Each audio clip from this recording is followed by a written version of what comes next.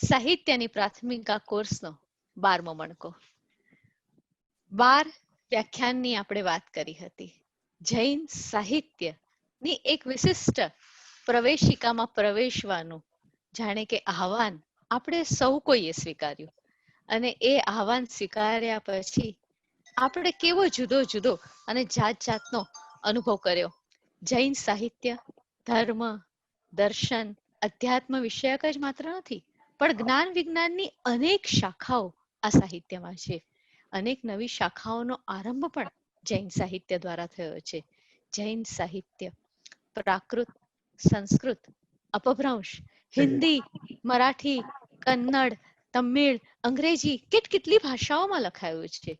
અને એ સાહિત્યની જો વિવિધતાની હું વાત કરું તો ધર્મ, દર્શન, આચાર, ન્યાય, છંદ, અલંકાર, વ્યાકરણ, આયુર્વેદ, ગણિત, જ્યોતિષ, વાસ્તુ, સામુદ્રિક, રમલ, ભૂગોળ, ખગોળ, પુરાણ, ચરિત, કથા, આત્મકથા, કળા, શિલ્પ, કોશ, ભક્તિસુત, અર્થશાસ્ત્ર, સમાજશાસ્ત્ર, રાજનીતિશાસ્ત્ર, નિમિત્ત શાસ્ત્ર, વિધિશાસ્ત્ર, નીતિશાસ્ત્ર, યોગશાસ્ત્ર, સંગીતશાસ્ત્ર, સ્વપ્નશાસ્ત્ર, શકુન, નાટ્ય, મંત્ર, ધાતુ, રત્ન, ભૌતિક શાસ્ત્ર, મનોવિજ્ઞાન, પ્રાણી વિજ્ઞાન અને મૃત્યુ વિજ્ઞાન. કેટલું લખાયું છે આ સાહિત્યમાં, અને કેટલા વિષયો પર અહીં ગ્રંથની રચના થઈ છે. જૈન સાહિત્ય વિશે માત્ર જૈનોએ નહીં પણ અન્ય ધર્મ પ્રેમીઓએ પણ એટલું જ સંશોધન કર્યું, એના વિશે એટલી જ ચર્ચા વિચારણા કરી. કારણ કે આ સાહિત્યમાં એક સમયે સમાજ હતો, એક સમયે સંસ્કૃતિ હતી, એક સમયે વિજ્ઞાન હતું, અને એ સમાજનું સંશોધન કરવા માટે આ સાહિત્યના ગ્રંથોની આવશ્યકતા આપણને નિરંતર પડતી હતી. કાળક્રમે ધીરે ધીરે સાહિત્યની આ સુરાવલીઓથી આપણે દૂર થતા ગયા. એ સુરાવલીઓ મંદ પડતી ગઈ, અને મંદ પડતા આપણને જાણે કે આપણે એનાથી પોતાની જાતને છુપાવી દીધી હોય ને, જે રીતે હમણાં મારા કમ્પ્યુટર મારાથી છુપાઈ ગયું છે, એમ આપણે પણ આ સાહિત્યથી છુપાઈ ગયા, અને આપણે પડી ગયા થોડીક અમસ્તા મંત્રો અને થોડીક ક્રિયાઓના વાડામાં સીમિત થઈને. જ્યારે આવું થયું ત્યારે એમ થતું હતું કે મારો જૈન ધર્મ, મારું જૈન સાહિત્ય તો કેટલું વિશાળ અને અમાપ છે, પરંતુ આજના યુવાનો કહે છે કે ના ના, તમે તો માત્ર અમુક જ મર્યાદિત વાતો કરો છો. અને ત્યારે એમ થયું કે ના, એવું નથી. ચાલો ને આપણે બધા સાથે મળીને આ ઉઘાડની દિશાનો પ્રવાસ કરીએ. અને એમાંથી, આ નાનકડી વાતમાંથી અમારે બધાના મનમાં એક સ્વપ્ન રોકાયું, જૈન સાહિત્ય એકેડેમી ટ્રસ્ટની સ્થાપનાનું. જૈન સાહિત્ય એકેડેમી ટ્રસ્ટની સ્થાપના થઈ ત્યારે મૂળ તો જૈન સાહિત્યને કેન્દ્રમાં રાખીને એની જ વાત કરવી અને સાહિત્યની વિવિધતાનો અનુભવ સર્વ કોઈને કરાવવો. ક્યારેક જાત જાતના ચરિત્રોનો અનુભવ કરાવવો, અનેક આચાર્યોનો અનુભવ કરાવવો, અનેક ગ્રંથોનો અનુભવ કરાવવો, અને એ બધાની પાસે આપ સૌને લઈ જવા, એવી ગૌરવ ગાથાની વાત કરવાના હેતુ માત્રથી આ એક સાહિત્ય એકેડેમીની સ્થાપના થઈ. જ્યારે કોઈ એક કાર્ય થતું હોય છે ને, ત્યારે બહુ સહજ અને સરળ નથી હોતું. એટલે સૌથી પહેલા અમારે અમારા આ સ્વપ્નને લઈને સી.કે. મહેતા સાહેબને મળ્યા, અને એમને કહ્યું કે ચોક્કસ આપ આનો આરંભ કરો. અને એ આરંભમાંથી આપણે સૌ જૈન સાહિત્યની પ્રવેશિકા કોર્સમાં પ્રવેશ્યા. આજે આ પ્રવેશ્યા પછી ઘણા લોકો એમ કે છે, સિજલબેન આજે છેલ્લું વ્યાખ્યાન છે? મેં એમને કહ્યું ના, આજે છેલ્લું વ્યાખ્યાન નથી. આજે ઓલો છે ને અલીબાબા 40 ચોર પછીનો મોટો દરવાજો ખુલવાનો છે, અને એ મોટા દરવાજા ને ખુલ્યા પહેલા આપણે સૌએ નાના નાના તપ કરવા પડે. એ તપ આપણે બધાએ સાથે મળીને કર્યા. હવે એ મોટા દરવાજામાં પ્રવેશ કરવાનો છે. પણ એ પ્રવેશ કરવા પૂર્વે આપણી સાથે આજે આપણા બે વ્યાખ્યાતાઓ ફરી પાછી જૈન સાહિત્યની રત્નમાલા, જૈન સાહિત્યની ગૌરવ ગાથાની વાત થોડીક કરશે. એટલે સૌથી પહેલા અભયભાઈ વાત કરશે, ત્યાર પછી ભારતીબેન વાત કરશે. આ બંને વક્તા મિત્રો, બંને વિદ્વાન મિત્રો વાત કરશે. ત્યાર પછી જૈન સાહિત્યનો કોર્સમાં આપણે શું ભણવાના છે, એની સંકલના કઈ રીતે થઈ છે, એમાં શું સમાયું છે, એના વિશે હું થોડીક આજે વિસ્તારથી વાત કરવાની છું અને લાંબી વાત કરવાની છું. એ થયા પછી આ 11 વ્યાખ્યાનો જે આપણે પૂરા કર્યા, એ 11 વ્યાખ્યાનોની સફરમાંથી એક નાનકડી ફિલ્મ રૂપે આપણે સૌ પસાર થશું. આ તો થઈ ગયો આપણા સૌનો અતીત રાગ. એ અતીત રાગ પછી આપણને પાછી વર્તમાન ભૂમિકામાં લાવવા માટે સી.કે. મહેતા સાહેબનો અડીખમ અવાજ આવશે અને આશીર્વચન રૂપે એવું કહેશે, ચાલ વર્તમાનમાં આવી જા અને આ સ્વપ્નને રોપ્યું છે ને, તો હવે આ વૃક્ષને મોટું કર. અને એના માટે સધિયારો આપવા દીપક મહેતા અને ઈલાબેન પણ સાથે આવીને ઉભા રહેશે.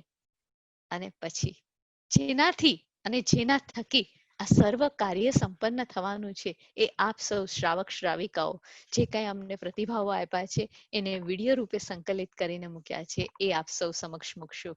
અને પછી આપણે એક નાનકડી થોડી ટેકનિકલ વિગતો છે એની વાત કરીને આજે છૂટા પડશું ફરી પાછા મળવા માટે. હું આજના બંને વિદ્વાન વક્તાઓ જે છે એનો પરિચય આપવાનું એટલા માટે માત્ર ટાળું છું કારણ કે આ બંનેનો પરિચય મેં પૂર્વે આપેલો છે અને આ બંને પરિચિત વિદ્વાનો સમગ્ર દેશમાં ઘણા જ પ્રખ્યાત છે અને એમની વિદ્વતા એ એમના વ્યાખ્યાન દ્વારા જ આપ માણવાના છો. તો હું સૌ પહેલા ડોક્ટર અભયભાઈ દોશીને વિનંતી કરીશ કે જૈન સાહિત્યની જે ગૌરવ ગાથા છે, એની જે ગરિમા છે, એની થોડીક વાત આપણી સમક્ષ રજૂ કરે. ડોક્ટર અભયભાઈ દોશી. જય જિનેન્દ્ર. આજે આપણે વાત કરવાના છીએ જૈન સાહિત્યની ગૌરવ ગાથાની. જૈન સાહિત્યની ગૌરવ ગાથાનો પ્રારંભ, જૈન સાહિત્યના સર્જનનો પ્રારંભ આપણે જોઈએ તો પ્રભુ મહાવીરથી જ થાય છે. તત્વજ્ઞાનની વાતને સાદી અને સરળ રીતે રજૂ કરવા માટે, લોકોના હૃદયમાં ચોટ ઉપજાવવા માટે, લોકોના હૃદયમાં અસર ઉપજાવવા માટે પરમાત્મા મહાવીરે અનેક દ્રષ્ટાંતો આગમમાં રજૂ કર્યા છે અને એ એક આખું આગમ જ એવા દ્રષ્ટાંતોથી સભર છે જેનું નામ છે જ્ઞાતા ધર્મ કથાંગ. તો એ જ્ઞાતા ધર્મ કથાંગથી આપણા કથા સાહિત્યનો પ્રારંભ થાય છે. એ પછી બીજા અનેક આગમોમાં પણ આપણને કથાઓ મળતી રહે છે. ઉપાસક દશાંગ હોય, નિર્યાવલી હોય અને એવા અનેક આગમોમાં આપણને કથા સાહિત્ય ભરપૂર માત્રામાં મળે છે. આ દ્રષ્ટાંતોથી વાત કરવાની જે પદ્ધતિ છે, એ આગમ ઉપર જ્યારે ટીકા લખવાની વાત આવી, ચૂર્ણી લખવાની વાત આવી, આગમ વિશે વિશેષ રૂપે ભાષ્ય કરવાની વાત આવી, ત્યારે પણ પૂજ્ય આચાર્ય ભગવંતોએ ચાલુ રાખી કે આગમની વાતને સ્પષ્ટ કરવા માટે એમણે અનેક દ્રષ્ટાંતોથી પોતાની વાતને સમર્થિત કરી અને એથી જ તત્વજ્ઞાનની સાથે સાથે જ તત્વજ્ઞાનને લોકોના હૃદય સુધી પહોંચાડવાનું એક પ્રબળ માધ્યમ એ સાહિત્ય બન્યું. સાહિત્યની વ્યાખ્યા કરતા આપણા આચાર્યો કહે છે વાક્યમ રસાત્મકમ કાવ્યમ. જે મનુષ્યના હૃદયમાં રસને પ્રેરે, જે મનુષ્યના ચિત્તને ઉજ્જવળ બનાવે, જે મનુષ્યના ચિત્તને આનંદમાં પ્રેરે, જે મનુષ્યના ચિત્તની અંદર ઉમંગ અને ઉત્સાહને પ્રેરે, એનું નામ સાહિત્ય. તો આવા ઉમંગ અને ઉત્સાહની વાત આપણી આખી જૈન પરંપરામાં અનેક આચાર્યોએ અનેક રીતે કરી. આપણા આગમોમાં પણ પરમાત્મા મહાવીર અને 24 તીર્થંકરોની સ્તુતિ સ્થળે સ્થળે થયેલી છે. પણ આગમ પછીના કાળમાં આપણે જોઈએ તો આ સ્તવન અને સ્તોત્ર સાહિત્ય પણ બહુ જ વિકાસ પામ્યું અને એ સ્તવન અને સ્તોત્ર સાહિત્યની અંદર આપણને પ્રારંભે મળે છે ભદ્રબાહુ સ્વામીકૃત ઉવસકરમ સ્તોત્ર. આપણા બધાનું જ ખૂબ ગમતું, ખૂબ લાડલું એવું આ સ્તોત્ર છે, જેનું સ્મરણ કરતા પાર્શ્વનાથ ભગવાન ચિત્ત કમળમાં રમે છે. એવા એ ઉવસકરમ સ્તોત્રના પ્રારંભે જ કવિ કહે છે વસકરમ પાસમ પાસમ મંદામી. અહીં ઉપસર્ગને હરનારા પાર્શ્વનાથ ભગવાન અને એની સમીપે રહેલ પાર્શ્વયક્ષ. એટલે જુઓ કે પ્રારંભે જ કવિ કેવા યમક અલંકાર દ્વારા સાહિત્યની રચના કરે છે.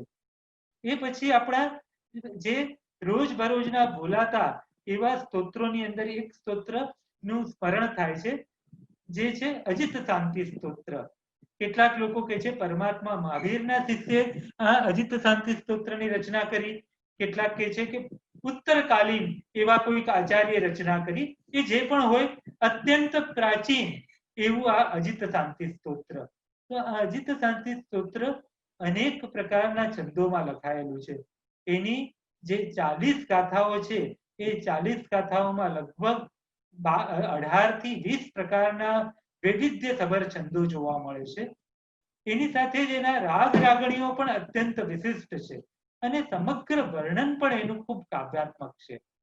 એટલે આ અજિત શાંતિ સ્તોત્ર સાહિત્યની દ્રષ્ટિએ આપણે એને પક્ષીય ચોમાસીય સંવત્સરીય અવશ્ય ભણી આવવું એમ તો કહ્યું કે પક્ષી પ્રતિક્રમણમાં, સંવત્સરીમાં, ચોમાસી પ્રતિક્રમણમાં બધામાં એ અજિત શાંતિને બોલીએ છીએ, એ તો બરાબર. પણ એ અજિત શાંતિનું સાહિત્ય દ્રષ્ટિએ પણ બહુ મોટું મૂલ્ય છે. આપણે એ પ્રતિક્રમણમાં આવે એટલે ઘણા બધા લોકોને તો એમ લાગે કે આટલું બધું લાંબુ લાંબુ શું બોલાઈ રહ્યું છે.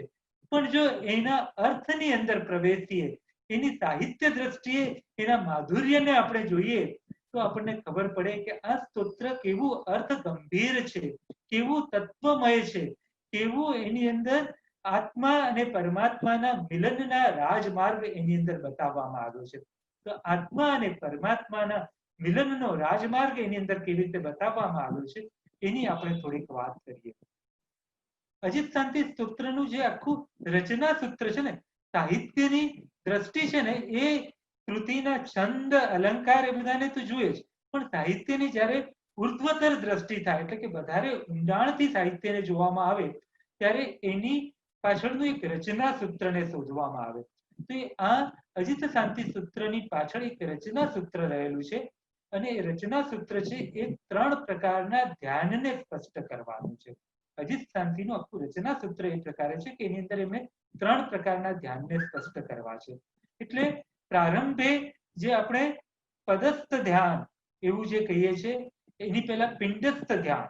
પિંડસ્થ ધ્યાન એટલે પરમાત્મા જ્યારે પરમાત્મા બન્યા નથી, તીર્થંકર પણામાં પ્રગટ્યું, એમને કેવળ જ્ઞાન પ્રગટ્યું નથી, પણ એની પહેલા સંસારમાં છે ત્યારે કેવા છે પરમાત્મા, દીક્ષા લે છે ત્યારે કેવા છે. તો આ પિંડસ્થ ધ્યાનની વાત અજિત શાંતિની પ્રારંભની ગાથાઓમાં આવે છે. આપણે ખૂબ જ લાંબા એવા છંદમાં એક વાત કરવામાં આવે છે, સાવત્થી પૂર્વપત્તિવમ છે. તો અજિતનાથ ભગવાનનું આખું ચરિત્ર, એમ જે સંસારી અવસ્થાનો ભોગ વૈભવ, એ બધું જ સાવત્થી પૂર્વપત્તિવમ છે એ ગાથા દ્વારા વર્ણવવામાં આવ્યું. અને એ પછી ગુરુજળભાઈ હથિના ઉગ્ર નરીસરો એમ કરીને શાંતિનાથ ભગવાનના વૈભવને વર્ણવવામાં આવ્યું.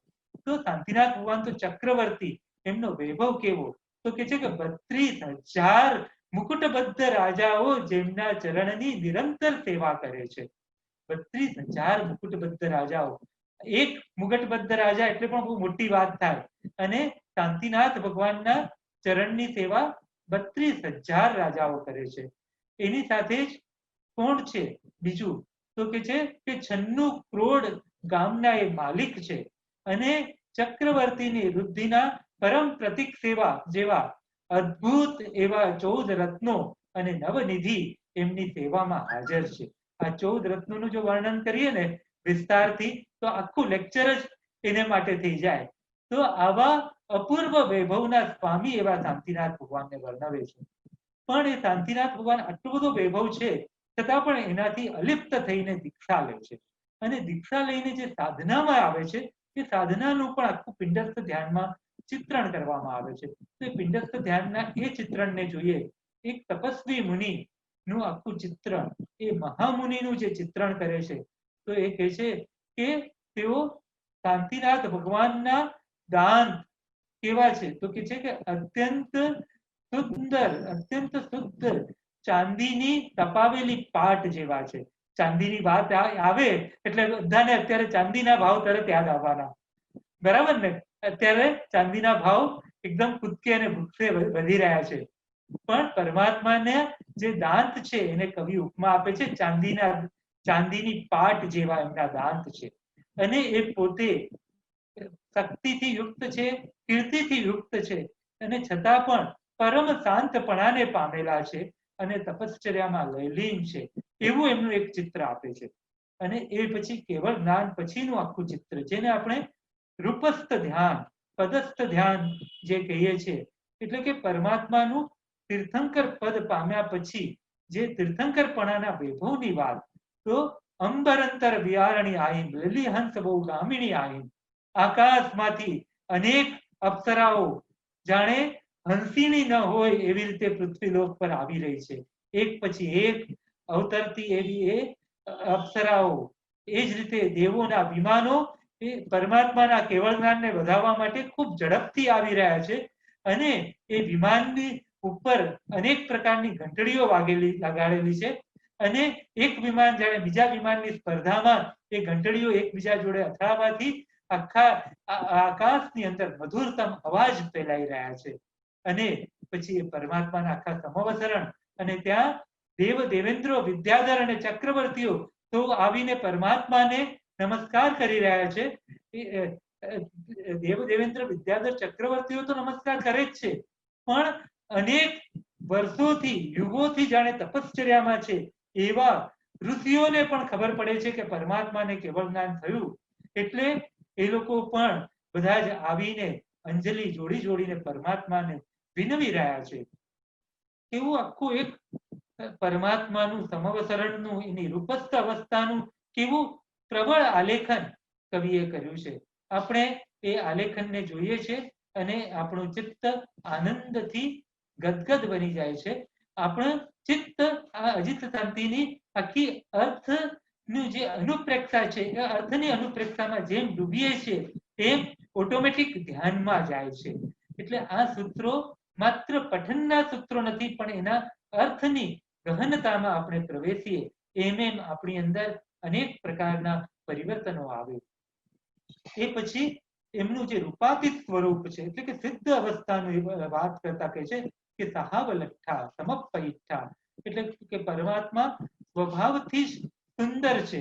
પરમાત્મા હવે પરમ પૂર્ણતાને પામેલા છે, અને એથી જ તપથી, ગુણોથી જ્યેષ્ઠ છે, દોષોથી રહિત છે, સર્વ પ્રકારના દોષોથી રહિત છે, સર્વ પ્રકારે મંગલમય એવા ગુણોને પ્રાપ્ત કરેલા છે, અને મોક્ષશ્રીને પામનારા છે, અથવા તો મોક્ષશ્રીને પામી ચૂક્યા છે, એટલે કે પરમ મોક્ષશ્રીના કાન સમાન છે. તો આવી એક પછી એક આપણે એમ જોઈએ છે, તો એ સ્તુતિની અંદર આપણને એક પછી એક ઊંડાણ આપણને મળે છે.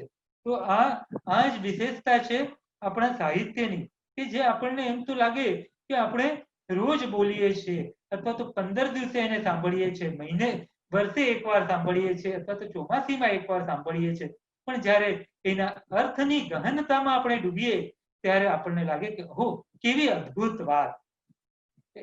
એ પછી આપણે થોડી કથા સાહિત્યની વાત કરીએ તો પ્રાકૃત ભાષાની અંદર એક બહુ જ સુંદર કથા છે, એનું નામ છે વસુદેવ હિંડી.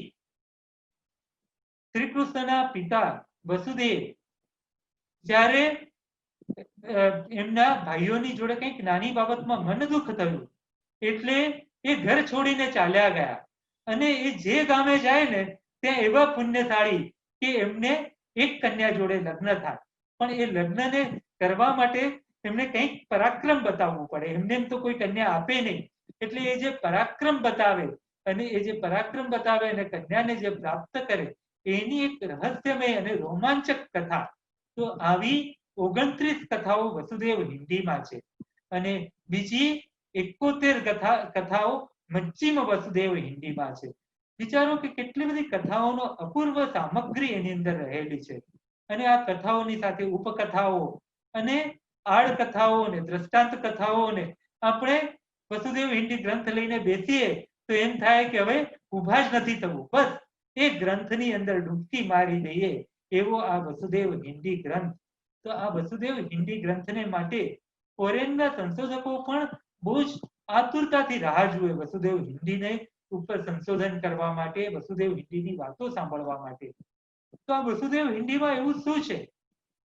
તો આપણી ભારતીય પરંપરામાં ગુણાઢ્યની બૃહદ કથા નામની એક બહુ જ મોટી કથા હતી, અને એ બૃહદ કથા છે ને કાળક્રમે નષ્ટ થઈ ગઈ. પણ એ બૃહદ કથા માટે એવું કહેવાતું કે બૃહદ કથા જ્યારે વંચાતી હોય તો હરણિયાઓ પણ એ કથા સાંભળવા માટે ઉભા રહી જાય.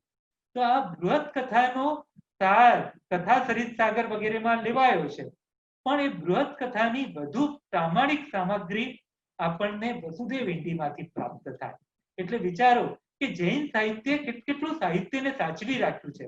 આપણી ભારતીય પ્રજાની અમૂલ્ય સમૃદ્ધિને સાચવી રાખવાનું કામ જૈન ભંડારોએ કર્યું છે, જૈન સાહિત્ય કર્યું છે. એટલે આ જૈન સાહિત્ય માત્ર જૈન ધર્મના અભ્યાસ માટે જ નહીં, પણ ભારતીય સાહિત્યના અભ્યાસ માટે પણ એક બહુ જ મોટો આપણને કહીએ ને કે આધાર છે. અને એ આધારને આધારે આપણે ભારતીય સાહિત્યની પણ અપૂર્વ સમૃદ્ધિનો પરિચય પામી શકીએ. પ્રાકૃતમાં અનેક જૈન મુનિઓએ કથા લખી, સંસ્કૃતમાં પણ અનેક જૈન મુનિઓએ કથા લખી. પણ સંસ્કૃતની આ બધી જે કથાઓ છે ને એમાંની એક કથા તો બહુ વિશિષ્ટ છે. આજે તમને એમ કહે કે આજે જૈન સાહિત્યની કેટલીક અપૂર્વ એવી વાત કરવી છે, તો એક કથા બહુ જ વિશિષ્ટ છે. એ છે સિદ્ધર્ષિકૃત ઉપમિતિ ભવ પ્રપંચા. ઉપમિતિ ભવ પ્રપંચા કથા એટલે વિશ્વની જે રૂપકાત્મક કથાઓ છે એ રૂપકાત્મક કથાઓમાં એકદમ શિખર. વર્લ્ડના બધા જ લોકો એમ કહે કે રૂપકાત્મક કથામાં ઉપમિતિ ભવ પ્રપંચા જેવી કથા રચવી અત્યંત મુશ્કેલ છે. એનો જે ગુજરાતી અનુવાદ થયો છે ને એ કેટલો મોટો છે, મોટી સાઈઝના 4 વોલ્યુમ્સમાં આ ઉપમિતિ ભવ પ્રપંચાને વજ્રસેન વિજયજી મહારાજે પ્રકાશિત કરી છે. અદ્ભુત છે એ ઉપમિતિ ભવ પ્રપંચા. તો આ અદ્ભુત એટલે કેવું અદ્ભુત છે એની અંદર? તો એની અંદર એક જીવનું પાત્ર લેવામાં આવ્યું છે. એ જીવનું નામ આપ્યું છે રાજકુમાર. આ રાજકુમાર ને પહેલા એને એક અગ્નિ નામનો મિત્ર મળે. અગ્નિ એટલે તમે બધા સમજી ગયા હશો, ક્રોધ. એ ક્રોધ નામનો મિત્ર મળે અને ક્રોધ નામના મિત્ર એને છે ને ખાવા માટે એક ગરમ ગરમ વડું ખવડાવે, અને એ વડું ખવડાવવાથી એનું મન એટલું બધું તીખું ને તમતમતું થઈ જાય કે બધાની જોડે લડાઈ કરે. પછી પાછા એનો એ દુર્ગતિમાં જાય, દુર્ગતિમાંથી વળી પાછો કઈક સુગતિમાં આવે, ત્યાં વળી એને એક માન નામનો મિત્ર મળી જાય. એ માન નામનો મિત્ર વળી એને સ્તબ્ધ ચિત્ત લેપ કરી આપે. એટલે સ્તબ્ધ ચિત્ત લેપ કરી આપે એટલે એનું મન એકદમ પર્વત જેવું અક્કડ બની જાય. એટલે એ મોટાઓને કે વડીલોને પણ હાથ જોડીને નમસ્કાર કરવાનું તો બીજી જ દિશામાં જતું રહ્યું, પણ એમની જોડે લડાઈ અને ઝઘડા જ કર્યા કરે. એટલે આપણને થાય કે આ વાત તો આપણી જ છે. એમ કરીને ક્રોધ, માન, માયા અને લોભ એમ અનેક ભવની આપણી સફરની વાત કરે. અને એ પછી આત્માના ઉન્નતિની પણ વાત કરે. એ એક ભવમાં આ જે રાજકુમાર છે ગુણધારણ રાજા બની જાય, અને ગુણધારણ રાજા બની જાય ત્યારે એમની જોડે લગ્ન કઈ કઈ પત્નીઓના થાય? તો કે છે ક્ષમાના લગ્ન થાય, નમ્રતાના લગ્ન થાય, મૃદુતાના લગ્ન થાય. અને એ ક્ષમા, નમ્રતા, મૃદુતાના લગ્ન તો થાય તો બરાબર છે, પણ એ છે ને રાજા ગુણધારણ રાજા આચાર્ય ભગવંત પાસે આવે કે મારે દીક્ષા લેવી છે. તો કે દીક્ષા લેવી છે તો પહેલા તમારે લગ્ન કરવા પડશે. આપણને થાય કે દીક્ષા લેવાની વાત કરે છે ને ત્યાં લગ્નની વાત ક્યાં? તો આચાર્ય ભગવંત કે આ 10 કન્યાઓની જોડે તું લગ્ન નહીં કરે ને ત્યાં સુધી તારી દીક્ષા પણ સફળ નહીં થાય. એટલે જો વાત કહેવાની રીત કેવી મધુર છે કે તારે ક્ષમાને કેળવવી પડશે. દીક્ષા લેવી હશે તો ક્રોધ કસાય પર વિજય મેળવવો પડશે. નમ્રતા, માન કસાય પર વિજય મેળવવા માટે નમ્રતાને કેળવવી પડશે. તો આમ આખા આત્માના ગુણોના વિકાસની વાત પણ બહુ સુંદર રીતે આવા સંસ્કૃત સાહિત્યકારો કરતા રહ્યા છે કે અને એનાથી પ્રેરિત થઈને કેટલું સાહિત્ય રચાયું. જયશેખર સૂરીએ પ્રબોધ ચિંતામણી નામનું કાવ્ય રચ્યું અને એનો જ ગુજરાતી અનુવાદ ત્રિભુવન દીપક પ્રબંધ થયો. ત્રણેય ભુવનમાં દીપક સમૂહ એ જે કાવ્ય છે ત્રિભુવન દીપક પ્રબંધ, એની અંદર મોહરાજાને આત્મા હરાવી દે, પણ આત્મા જ પોતાના વિવેકને જાગૃત કરીને પાછો વિજય કેવી રીતે મળે એની પણ વાત બહુ અદ્ભુત રીતે કરવામાં આવી છે. તો આવા અનેક અદ્ભુત રત્નો આપણા જૈન સાહિત્યમાં પડ્યા છે. આ તો સંસ્કૃત અને પ્રાકૃતની વાત થઈ, પણ તમને લાગતું હશે કે ગુજરાતીમાં તો શું, ગુજરાતી તો શું સા પૈસા ચાર. ના, પણ એવી વાત નથી. આપણી ગુજરાતીમાં પણ બહુ અદ્ભુત અદ્ભુત વાતો કરવામાં આવી છે. આનંદગંજી ઉપાધ્યાય યશોવિજયજીના દ્રવ્ય ગુણ પર્યાય રાસ ઉપર તો સંસ્કૃતમાં ટીકાએ રચાય, એટલું બધી અદ્ભુત વાત. પણ આવા બહુ જાણીતા નામો તો આપણે જાણીએ છીએ, પણ ઉદયરત્નજી હોય, મોહન વિજયજી હોય, કે પછી ઉદયરત્નજીના ભાઈ હોય હંસરત્નજી, આ બધાએ પણ એવી અદ્ભુત કવિતાઓ કરી છે ને એવી અદ્ભુત અદ્ભુત વાતો કરી છે કે આપણે એની દુનિયામાં ડૂબી જઈએ તો આપણને એમ જ લાગે કે હવે ખાવું પીવું બધું જ ભૂલી જઈને આ પુસ્તકો જ વાંચ્યા કરીએ. જેમ કલાપીએ કહ્યું હતું ને કે બની શકે તો જીવું કેવળ પુસ્તકોથી, એવો પ્રેમ આપણને સાહિત્ય માટે થઈ જાય એવું એ સાહિત્ય છે. મોહન વિજયજીએ જે ચંદ રાજાનો રાસ લખ્યો છે એ તો એવો અદ્ભુત છે કે એની પર મારા એક વિદ્યાર્થીને પીએચડી કર્યું, તો એનું જે પીએચડી છે ને, પીએચડી નું કામ એના સસરા ટાઈપ કરતા હતા. તો સસરા ટાઈપ કરતા કરતા એ કે મારે આ ચંદ્રરાજાનો રાસ આખે આખો વાંચવો છે.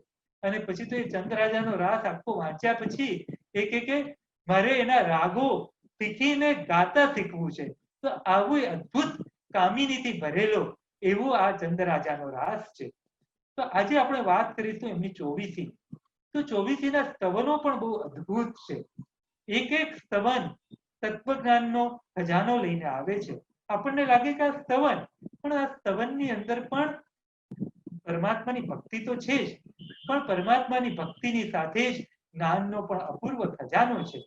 તો એ સ્તવનમાં એમનું બાળપણે રે આપણ સતનેહી રમતા નવ વેસે, એ સ્તવન તો બહુ પ્રસિદ્ધ છે. બીજું એમને ઋષભદેવ ભગવાનનું 24 ની અંદર બે સ્તવનો અમુક વાર એમણે રચ્યા છે. તો ઋષભદેવ ભગવાનનું સ્તવન છે, એ ઋષભદેવ ભગવાનના સ્તવનમાં કહે છે કે હે ભગવાન, તને શોધવા માટે દરેક વ્યક્તિ પોતપોતાનો વાદ બતાવે છે, દરેક જણ પોતપોતાની કલ્પનાઓ બતાવે છે, દરેક જણ પોતપોતાના મતો, દરેક જણ પોતપોતાના નયો બતાવી રહ્યા છે. એની અંદર મારું ચિત્ત વિચારમાં પડી ગયું છે કે હું પરમાત્માને કેવી રીતે પામું.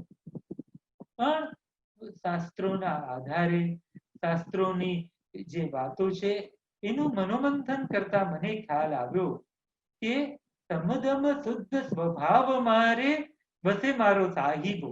મારો સાહેબ ક્યાં વસે છે? તો કે છે કે ક્ષમામાં, નમ્રતામાં, તપશ્ચર્યામાં, જ્ઞાનમાં, ત્યાગમાં. તો આવા આવા ગુણોને આપણે જેમ જેમ કેળવીએ છીએ એમ આ પરમાત્માનો નવલ દીદાર, પરમાત્માનો રસમય એવું જે પરમાત્માનું રૂપ છે એ આપણી આગળ પ્રગટ થશે. તો આવા પરમાત્માના રસમય રૂપને ઉઘાડવાનું કામ આ સાહિત્ય કરે છે. અને આ સાહિત્ય કેવા આ રસમય રૂપને ઉઘાડે છે? એ રસમય રૂપને તો ઉઘાડે જ છે, એની સાથે જ આપણને ધીમે ધીમે એમ કે લગની લગાડીને આપણી અંદર 32 કોઠે દીવા પ્રગટાવે એમ જ્ઞાનને પણ આપે છે, તત્વજ્ઞાનને પણ આપે છે. અને એની જોડે જ એ સાહિત્ય આપણા એક નવા આકાશને ઉગાડે છે. એટલે જૈન સાહિત્યનો નવ્ય ઉઘાડ આ કોર્સનું આપણે નામ આપ્યું છે, જૈન સાહિત્યનો નવ્ય ઉઘાડ. એટલે જૈન દર્શન એ આપણે જૈન ધર્મને જોવાની એક દિશા છે, તો સાહિત્ય એક બીજી દિશા છે. તો એ બીજી દિશાથી આપણે જ્યારે સાહિત્યને જોઈએ છે ત્યારે એ જૈન સાહિત્યનો જે નવ્ય ઉઘાડ આપણને જોવા મળે છે. તો આ નવા આકાશમાં આપણે સૌ વિદ્યાર્થીઓ બનીએ અને આપણે સૌ વિદ્યાર્થી બનીને આ જે સાધના છે એને આગળ વધારીએ, એ જ શુભકામના. બહુ જ સરસ અભયભાઈ. જૈન સાહિત્યના નવ્ય ઉઘાડની એક વિશિષ્ટ વાત આપે રજૂ કરી અને એક પ્રાથમિક ભૂમિકા આપે બાંધી આપી. કેટલું સરસ ઉત્કૃષ્ટ સાહિત્ય છે, ભાષાની દ્રષ્ટિએ, કાવ્યની દ્રષ્ટિએ, વસ્તુ વર્ણન, અલંકાર, છંદ, શૈલી, કેટલું અહીં છે. એક તરફ આપણને તીર્થંકરના જીવનનો તથ્યોનો સંગ્રહ સ્થાનાંક સૂત્રમાં મળે. તો બીજી તરફ આપણને હેમચંદ્રાચાર્યનું 63 શલાકા પુરુષ મળે. અને દિગંબર પરંપરામાં પણ પાછું તીર્થંકરના ચરિત્ર વિશે તિલ્લોએ પણ્ણતિ ગ્રંથ પણ મળે. કેવી છે આ મજાની વાત! 24 તીર્થંકરનું ચરિત્ર, 12 ચક્રવર્તી, 9 વાસુદેવ, 9 પ્રતિવાસુદેવ, 9 બલદેવના જીવનના મૂલ્યો એક સાથે આપણને મળે. આ સાહિત્ય જીવન મૂલ્ય ઘડે છે, ચરિત્ર ઘડે છે, આપણો સમાજ, આપણું અર્થશાસ્ત્ર ને એકદમ શુદ્ધ અને પારદર્શી બનાવે છે. અને હવે એની જ વાતને આગળ લઈ જશે આપણા સૌના પ્રિય ભારતીબેન મહેતા. ભારતીબેન દીપક મહેતાને હું વિનંતી કરીશ કે તેઓ જૈન સાહિત્યની આ રત્નમાળાના નવા જ મણકા આપણી સામે મૂકી આપે. ભારતીબેન.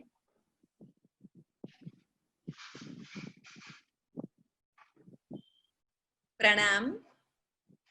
21મી સદીના 20મા વર્ષ અને કોરોનાના આ વસમા સમયે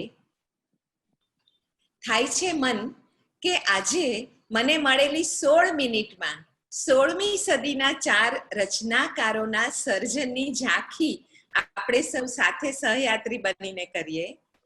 તો હું 4 જે રચનાકારોના સર્જનની વાત કરવાની છું, સર્જન એટલે જીવન અને કવન બંનેની થોડી થોડી વાત લઈશું. તો એમાં 16મી સદીના કર્તાઓમાં શિરમોર નામ ગણી સમય સુંદરજીનું લેવાય છે. એક વખત હતો જ્યારે ગુજરાત રાજસ્થાનમાં એક લોકોક્તિ પ્રવર્તતી હતી કે સમય સુંદરના ગીતડા અને રાણા કુંભાના ભીતડા. તો કોણ હતા તેઓ? સન 1610માં સાચોર મારવાડની પ્રાગવાડ જાતિના ખરતર ગચ્છ પરિવારે જન્મ. યુગ પ્રભાવક જીનચંદ્ર સુરીજી પાસે સન 1630માં દીક્ષા અને સકલચંદ્રજીના તેઓ શિષ્ય. વાચક મહિમરાજ તથા ઉપાધ્યાય સમયરાજ વિદ્યાગુરુઓ.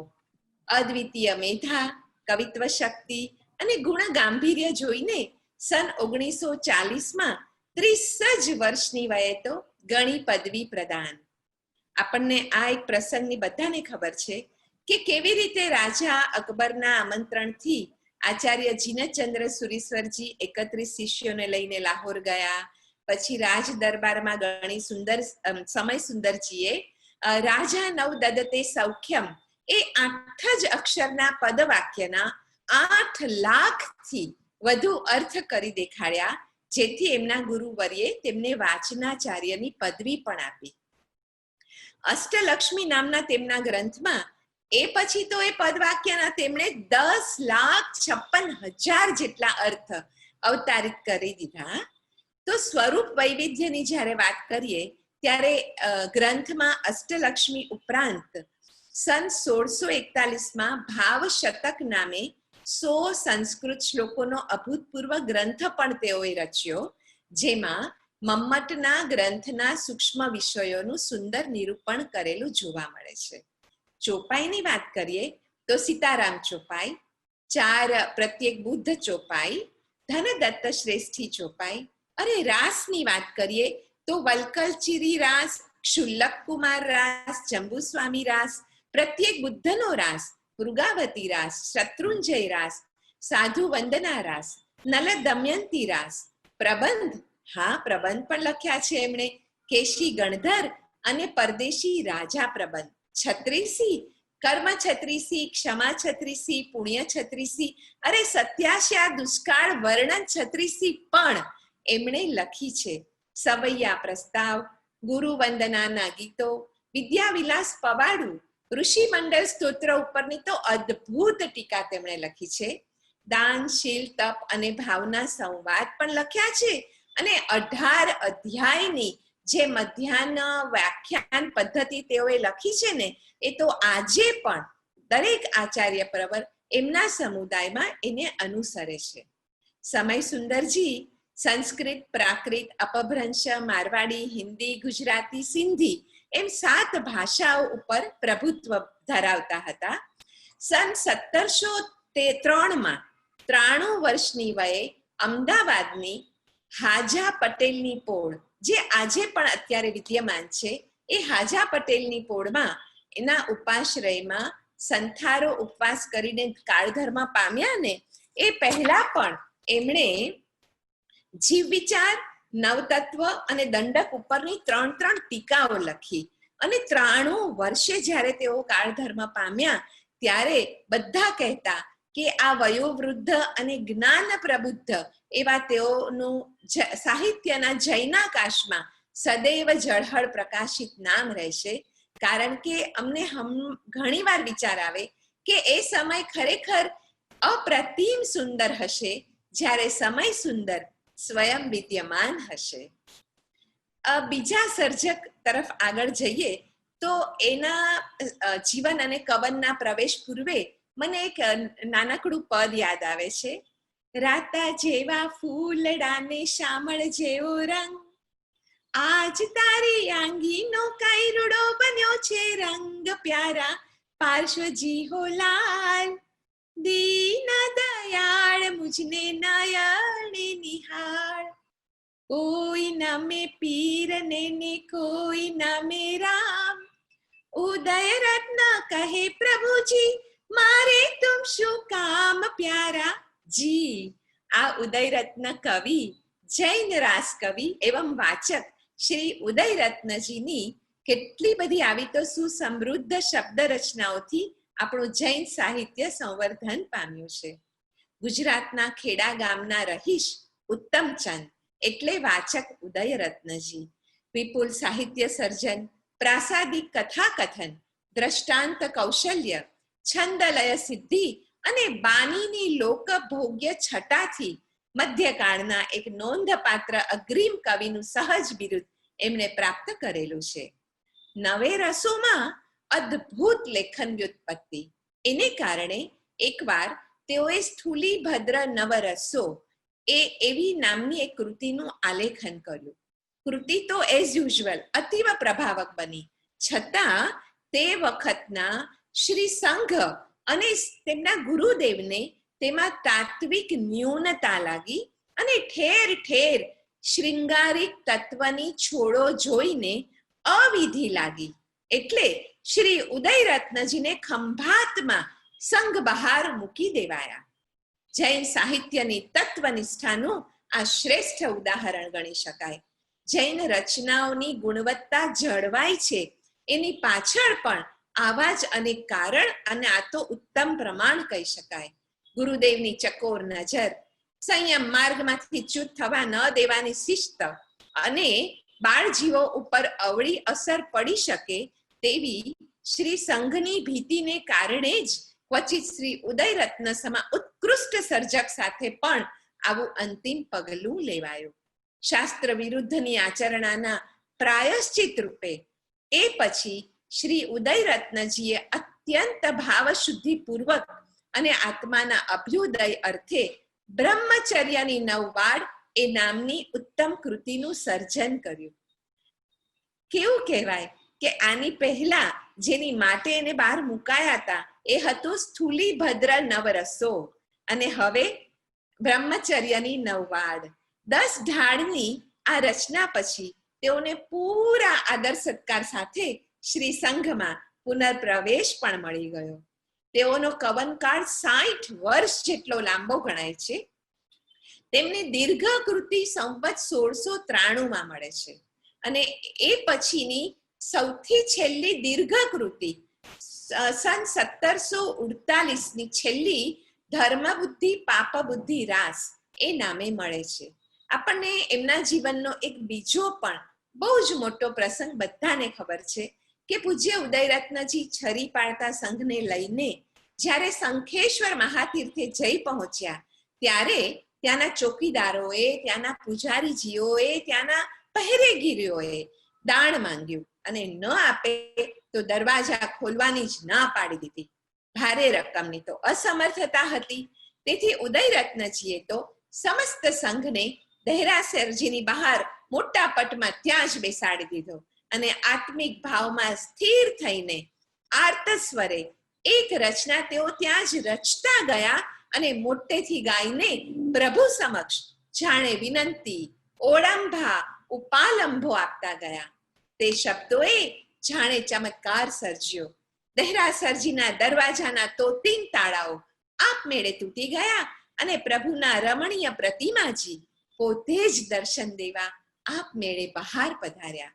આજે પણ જે રચના આપણે જઈએ છીએ શંખેશ્વર તીર્થમાં અને અચૂક ગાવાનું મન થઈ જાય છે, એના થોડા શબ્દો ગાઉં તો: પાર્શ્વ શંખેશ્વરા સાર કર સેવકા, દેવકા આવડી વાર લાગે, કોડી કર જોડી દરબાર આગે ખડા, આ ઠાકુરા ચાકુરા માન માંગે. આદિ અનાદિ અરિહંતનો એહ છે, દીન દયાળ છે કોણ દૂજો, ઉદય રત્ન કહે પ્રગટ પ્રભુ પાર્શ્વજી, પામી ભવ ભયનો એહ પૂજો. એકવાર એવું થાય કે ખંભાતના સંઘ બહાર મુકાય અને બીજી વાર પ્રતિમાજી સ્વયં બહાર આવીને દર્શન દે. કેટલું એક્સ્ટ્રીમ ભાવમાં પરિવર્તન હશે અને કેટલા અદ્ભુત ભાવો સાથે એમણે જે પણ સ્વરૂપનું પ્રયોજન કર્યું છે, એટલું બધું સ્વરૂપ વૈવિધ્ય તેઓએ પ્રયોજ્યું છે. એમાં એક નાનકડું સ્પોટ વોકિંગ કરી લઈએ તો પંચ પરમેષ્ઠી રાસ, નવકાર રાસ, બારવ્રત રાસ, જંબુ સ્વામી રાસ, અષ્ટપ્રકારી પૂજા રાસ આદિ 20 રાસ રચ્યા છે. ઢંઢાણુની સજ્જાઈ, શિયાળની સજ્જાઈ, ભીલડીની સજ્જાઈ, સજ્જાઈ માળા, એ તો આપણે કેટલું અત્યારે પણ ગાઈએ છીએ.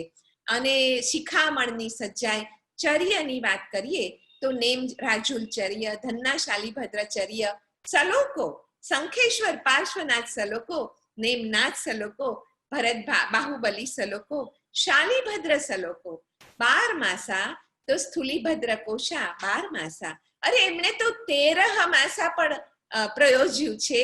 કઈ રીતે? તો નેમનાથ રાજીમતી 13 માસા જ્યારે એમની રચના કરીને ત્યારે એક અધિક માસ હતો. એ ગણીને એણે 12 માસા ઉપરાંત 13 માસા પણ રચના કરી છે. સ્તવનજીને 24, ગુરુગુણ 36, શત્રુંજય તીર્થમાલા ઉપરાંત જૈન પૂજા સાહિત્ય ખેડવામાં પણ પંડિત વીર વિજયજીની જેમ જ ઉદયરત્નજીએ પણ પાછી પાની કરી નથી. આપણને બધાને ખબર છે, કારણ કે આપણે કોઈ પણ અવસરોએ પંચકલ્યાણક પૂજા, અષ્ટપ્રકારી પૂજા, 17 ભેદી પૂજા, અંતરાય કર્મ નિવારણ પૂજા ઇત્યાદિની તેઓની રચેલી પૂજા આજે પણ અત્યંત સરળ અને ભાવવાહી રચનાઓને આપણે ગાઈએ છીએ. જૈન સાહિત્યના આકાશમાં ઉદયરત્ન વાચકજીનું નામ પણ યાવત ચંદ્ર દિવાકરો ચમકતું રહેશે, કેમ કે તેમણે લાલિત્ય સભર અને છંદ ભરપૂર ઉપરાંત અધ્યાત્મ રસ પ્રચુર મધ્યકાલીન સાહિત્યના વાહનરૂપ એવા પદ્ય સ્વરૂપને અતિશય સંવેદ્યું છે.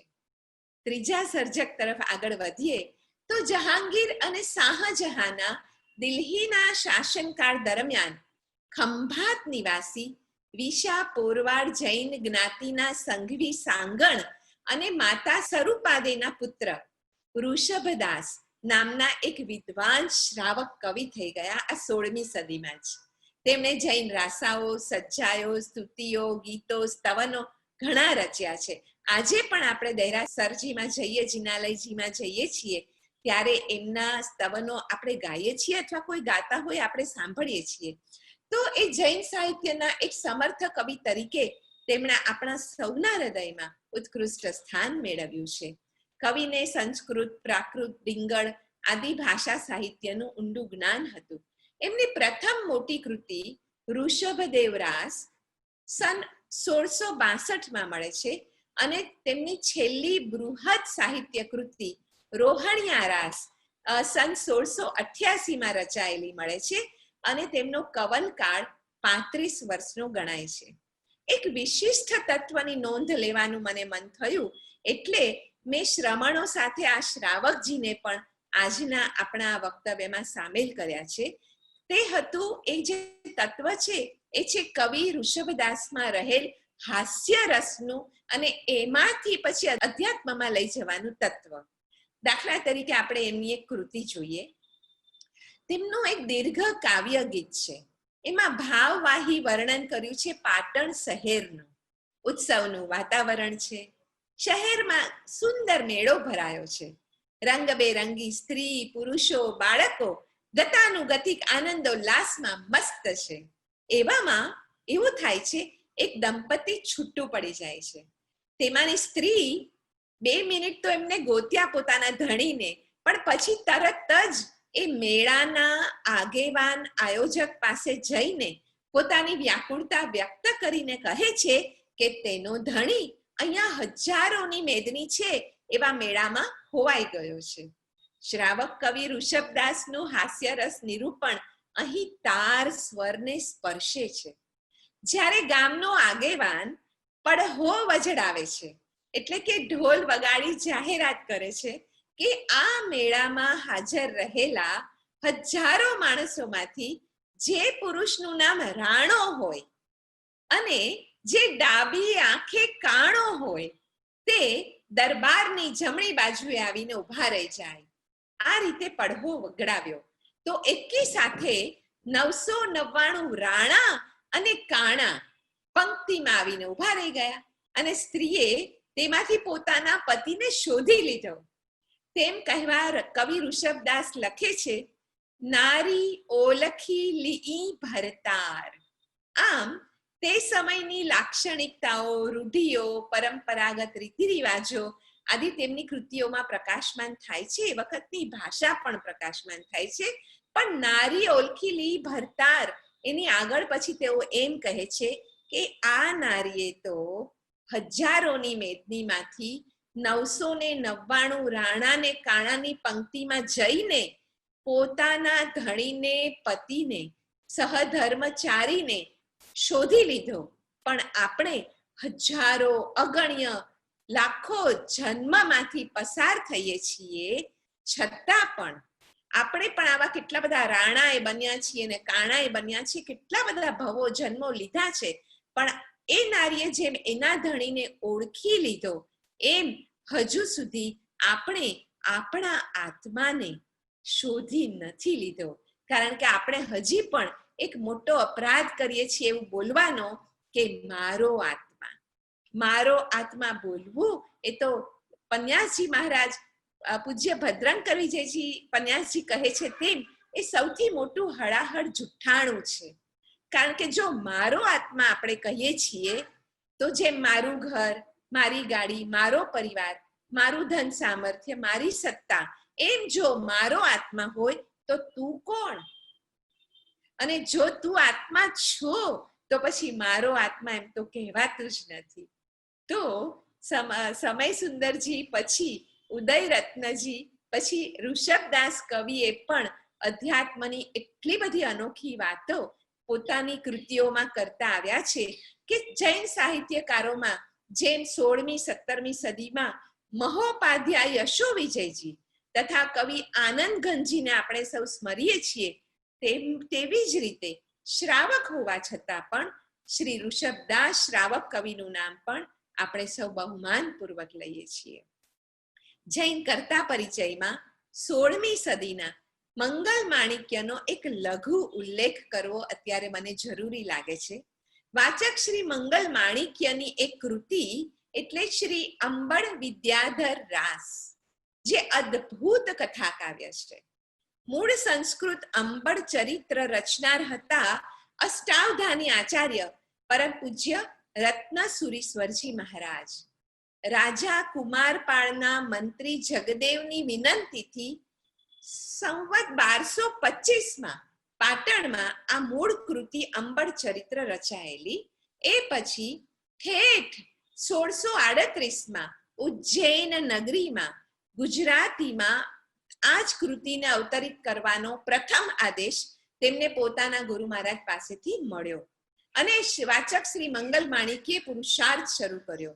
સંવત 1639માં 6 માસ અને 9 દિવસની અવધિમાં એ સમાપ્ત કર્યો એવો આ અતિ વિરલ ગ્રંથ છે.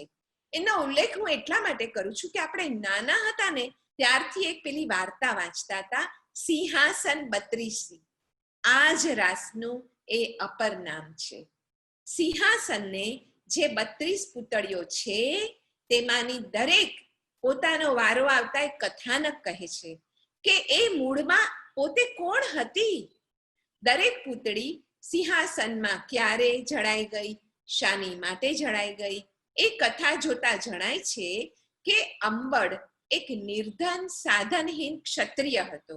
એમાંથી મહા મોટો રાજા અને અલૌકિક વિદ્યાઓનો જ્ઞાતા એવો વિદ્યાધર કેવી રીતે થયો અને એ પછી એક પછી એક આ 32 રાણીઓને તે કેવી રીતે પરણ્યો, એ સર્વ બનાવોની કથા એટલે આ અંબળ વિદ્યાધર રાસ કરતા વાચક મંગલ માણિક્ય તેમાં વચ્ચે વચ્ચે બીજા અનેક ઉપાખ્યાનો, દ્રષ્ટાંતો, મૌક્તિકો આદિ ગૂંથી લઈને કથાને બને એટલી વધુ ને વધુ રસિક બનાવી છે. અને આધ્યાત્મિક રીતે જે રીતે આગળ વધી રહી છે એ તો આપણે જ્યારે આ કર્તાની ભાષા પ્રભુતા, વર્ણનની રુજુતા, એ બધું જે એમાંથી સુપેરે ડોકાય છે ને, એ તો આપણે આ સાહિત્યના કોર્સમાં જોડાઈએ અને આવા 4 નહીં 400-4000 કર્તાઓના જીવન કવનમાં ઝાંખીશું ત્યારે જ ખબર પડશે. આવો, મારી 16 મિનિટ પૂરી થવા આવી છે, તો 16મી સદીથી પરત ફરવું જ રહ્યું આ 21મી સદીમાં. જૈન સાહિત્ય સંપદાની બારીએથી આવા તો કેટલાય ઉઘાડો થશે, કેટલું તો પાવન પંચામૃત પીરસાશે જેનાથી આપણે સૌ પોરસાઈ શકીશું. નથી લાગતું કે જૈન સાહિત્ય એટલે શ્રુતનું સુરતરું? આજે ઉપલબ્ધ એવું જૈન સાહિત્ય જો આપણે પૂરેપૂરું માણવું હોય ને, તો આપણા વડીલ શ્રી C.K. મહેતા અને મુજબ પિતાધિક મામા પાસેથી આપણે સૌએ શતાયુ ભવની બદલે હવે સહસ્ત્રાયુ ભવના આશીર્વાદ માંગવા પડશે. કારણ કે આ જૈન સાહિત્યનો રત્નાકર તો અસીમ છે, અતલ છે. એમાં સ્થિત તત્વને જાણવા તો 1000 વર્ષ પણ ઓછા પડે એમ છે. આ તો આપણું પ્રશસ્ત ભાગ્ય છે કે એક વસ્તુ અમૂલક રૂપે આ જૈન સાહિત્ય એકેડેમીની સંરચના થઈ છે, જે કલ્પવૃક્ષ બનીને આપણને નિશ્રા સમર્પવા માટે વરદાન રૂપે ખીલી રહ્યું છે. તો જૈન સાહિત્ય એકેડેમીના ઓનલાઈન અભ્યાસક્રમના આ ગૃહ માંગલ્યને આપણે સૌ સાથે મળીને વધાવી લઈએ, જૈન સાહિત્યના ઉર્જા તેજને માણી લઈએ અને પુનઃ શીઘ્ર મળીએ. ત્યાં સુધી મને શ્રવણદાન દેવા બદલ આભાર. નમસ્કાર, પ્રણામ. તમને તો 16 મિનિટ નહીં, મારે 160 મિનિટ આપવી જોઈએ ભારતીબેન. ખૂબ જ આનંદ.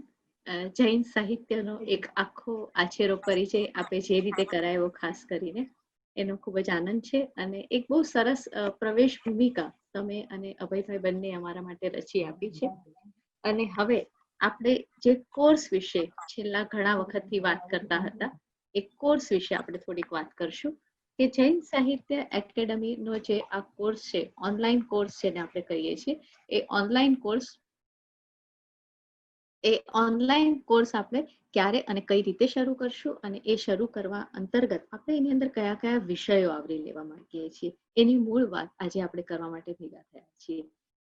અભયભાઈ અને ભારતીબેને જે થોડી વાત આપણને જૈન સાહિત્યની અને એના ઇતિહાસના સમયની જે કરી, કેટલાક સર્જકોની વાત કરી, કેટલીક કૃતિના ઉઘાડની વાત કરી, એ વાત તો આપણા કોર્સમાં આવવાની જ છે. પરંતુ છેલ્લા 12 વ્યાખ્યાનો દરમિયાન આપણે જોયું હશે, અને આરંભમાં મેં પણ જે એક આખી ભૂમિકા બાંધી હતી કે એમાં કહ્યું હતું કે જૈન સાહિત્ય એ માત્ર આપણે આચાર્ય અને કૃતિની વાત નથી કરતું, એમાં ઇતિહાસ પણ છે, એમાં સંસ્કૃતિ પણ છે, એમાં શિલ્પ પણ છે, એમાં તીર્થની વાત પણ છે, જ્યોતિષીની વાત પણ છે, આ બધી જ વાતો છે. અને છતાં પણ એ કોઈક રીતે એક સાહિત્ય છે. તો એ જે સાહિત્ય છે એનો ઓનલાઈન કોર્સ આપણે સપ્ટેમ્બરની 15મી તારીખ પછી શરૂ કરવા જઈ રહ્યા છીએ. આ કોર્સ ઓનલાઈન રહેશે સંપૂર્ણપણે, કારણ કે અત્યારે સમય કપરો છે અને કપરા સમયમાં આપને એક જગ્યાએ ભેગા કરવા અને અમારે સૌએ ત્યાં ભેગા થવું એ કદાચ હાલમાં આપણને કોઈને પરવાનગી નહીં મળે. અને એટલે જ છેલ્લા 3 મહિનાના ટૂંકા ગાળામાં અમે આખું અમારું આયોજન સમય અનુકૂળ બનાવીને આ રીતે કર્યું છે કે આપને ઓનલાઈન કોર્સ આપના ઘરે જ બેસીને મળશે. હવે કઈ રીતે રહેશે? કુલ 80 વ્યાખ્યાનોનું આયોજન કર્યું છે. આ 80 વ્યાખ્યાનોમાં જે મૂળ આપણે વિષયો લેવાના છે એ વિષયો હું તમને કહું, ત્યાર પછી એ વ્યાખ્યાનો આપ સુધી કઈ રીતે પહોંચશે તેની વાત કરું, ત્યાર પછી એને આપણે કઈ રીતે આગળ લઈ જવાના છે, આપણે એને કઈ રીતે એટેન્ડ કરવાના છે એની વાત કરીશ. તો સૌથી પહેલા આપ આ કોર્સમાં શું ભણશો, આપણે સાથે સહુ મળીને કયા કયા વિષયોને સ્પર્શો એની થોડીક વાત જો કરું તો આખા આ વિષયોને અમે લોકોએ 9 થી 11 મૂળ વિષયોમાં વિભાજ્યા છે. આ જે 9 થી 11 મૂળ વિષયો છે, શા માટે 9 થી 11 છે એની વાત પણ હું તમને ધીરે ધીરે કરીશ. આપણે આરંભ જ્યારે કોઈ પણ બાબતનો કરશું ત્યારે આ જૈન સાહિત્યના પ્રવેશ ભૂમિકા પહેલા આપણે થોડીક વિશ્વ સાહિત્યના વિભિન્ન વલણોની વાત કરવાના છે. એટલે વિશ્વ સાહિત્યથી ભારતીય સાહિત્યની મહત્વની કૃતિ અને ત્યાર પછી જૈન સાહિત્યની કૃતિ. એટલે એક આખો આપણે જેને એમ કહીએ કે એક ઉપર છલ્લો આલેખ, એટલે એક આખા પૃથ્વીના ગોળામાંથી ભારત અને ભારતમાંથી ફરી પાછું જૈન સાહિત્ય અને એ જૈન સાહિત્યથી પાછો વૈશ્વિક દ્રષ્ટિકોણ કઈ રીતે કેળવાય, તો એવી કેટલીક વૈશ્વિક કૃતિઓથી જૈન સાહિત્યની મહત્વની કૃતિઓ, જેમાં જૈન સાહિત્યનો આરંભ કઈ રીતે થાય છે. તીર્થંકરના સમયમાં કશું જ લખાયું નથી, પરંતુ ત્યાર પછીના સમયમાં જે હસ્તપ્રતો લખાય લિખિત રૂપમાં જે રીતે આવ્યું, કારણ કે આપણે સૌ જાણીએ છીએ કે સૌથી પહેલા એક આખું જ્ઞાન મૌખિક હતું અને મૌખિકમાંથી શબ્દ સુધી જે પહોંચે છે એ આરંભનો વિકાસ, અને એ આરંભના વિકાસની સાથે સાથે આપણે એનો ઇતિહાસ જોતા જશું. જે વાત જીતુભાઈએ આપણને કરી હતી કે આપણા જૈન સાહિત્યનો ઇતિહાસ શું છે, ક્યારથી એ શરૂ થયું, ક્યારે પહેલી કૃતિ લખાય. હું અત્યારે એક પણ કૃતિઓના નામ નહીં કહું કારણ કે બહુ જ લાંબુ થઈ જશે, પણ તો એ જે પહેલી કૃતિ ક્યારથી લખાય અને ત્યાર પછી ધીરે ધીરે, એટલે જે આપણે આગમથી શરૂ કરીને એની વાત આગળ લેતા જશું. એ આગળ લેતા જતા એ આપણે ઇતિહાસની વાત કરશું અને એ ઇતિહાસના 5 લેક્ચરો જેવા પૂરા થશે એવું તરત જ અમે આપને જૈન સાહિત્યમાં સ્થાપત્ય, શિલ્પ, ચિત્રકળા અને સંગીત એનો પરિચય કરાવશું. જેવી આપણે સ્થાપત્યની વાત કરશું એવું આપણે પૂર્વ ભારતના સ્થાપત્યો, પશ્ચિમ ભારતના સ્થાપત્યો અને દક્ષિણ ભારતના કેટલાક સ્થાપત્યોની વિશેષ વાત કરશું.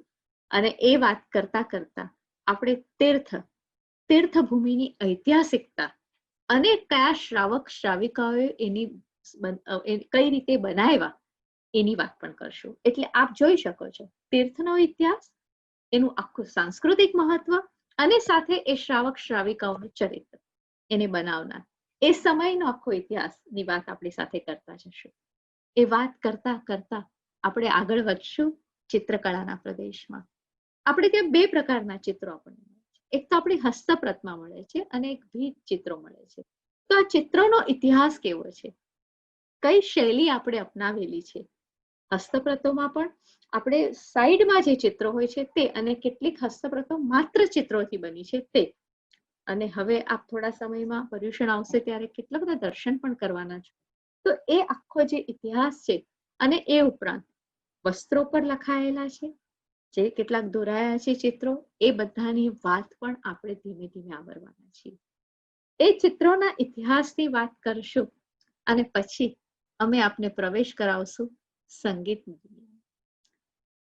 સચ્ચાઈને ખૂબ ગાય, સ્તવનને ખૂબ ગાયા, પણ એ કયો રાગ છે, મારા કયા આચાર્યએ એની રચના કરી છે.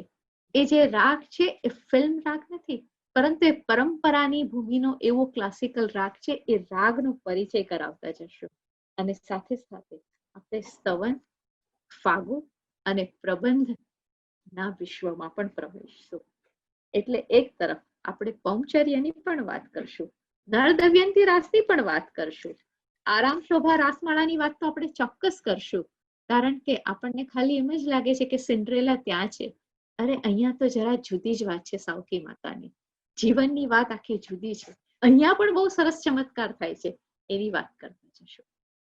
કળાનો આ વિશ્વ તો આપણે સ્પર્શ્યું, ઇતિહાસના વિશ્વને પણ હવે સ્પર્શ્યા.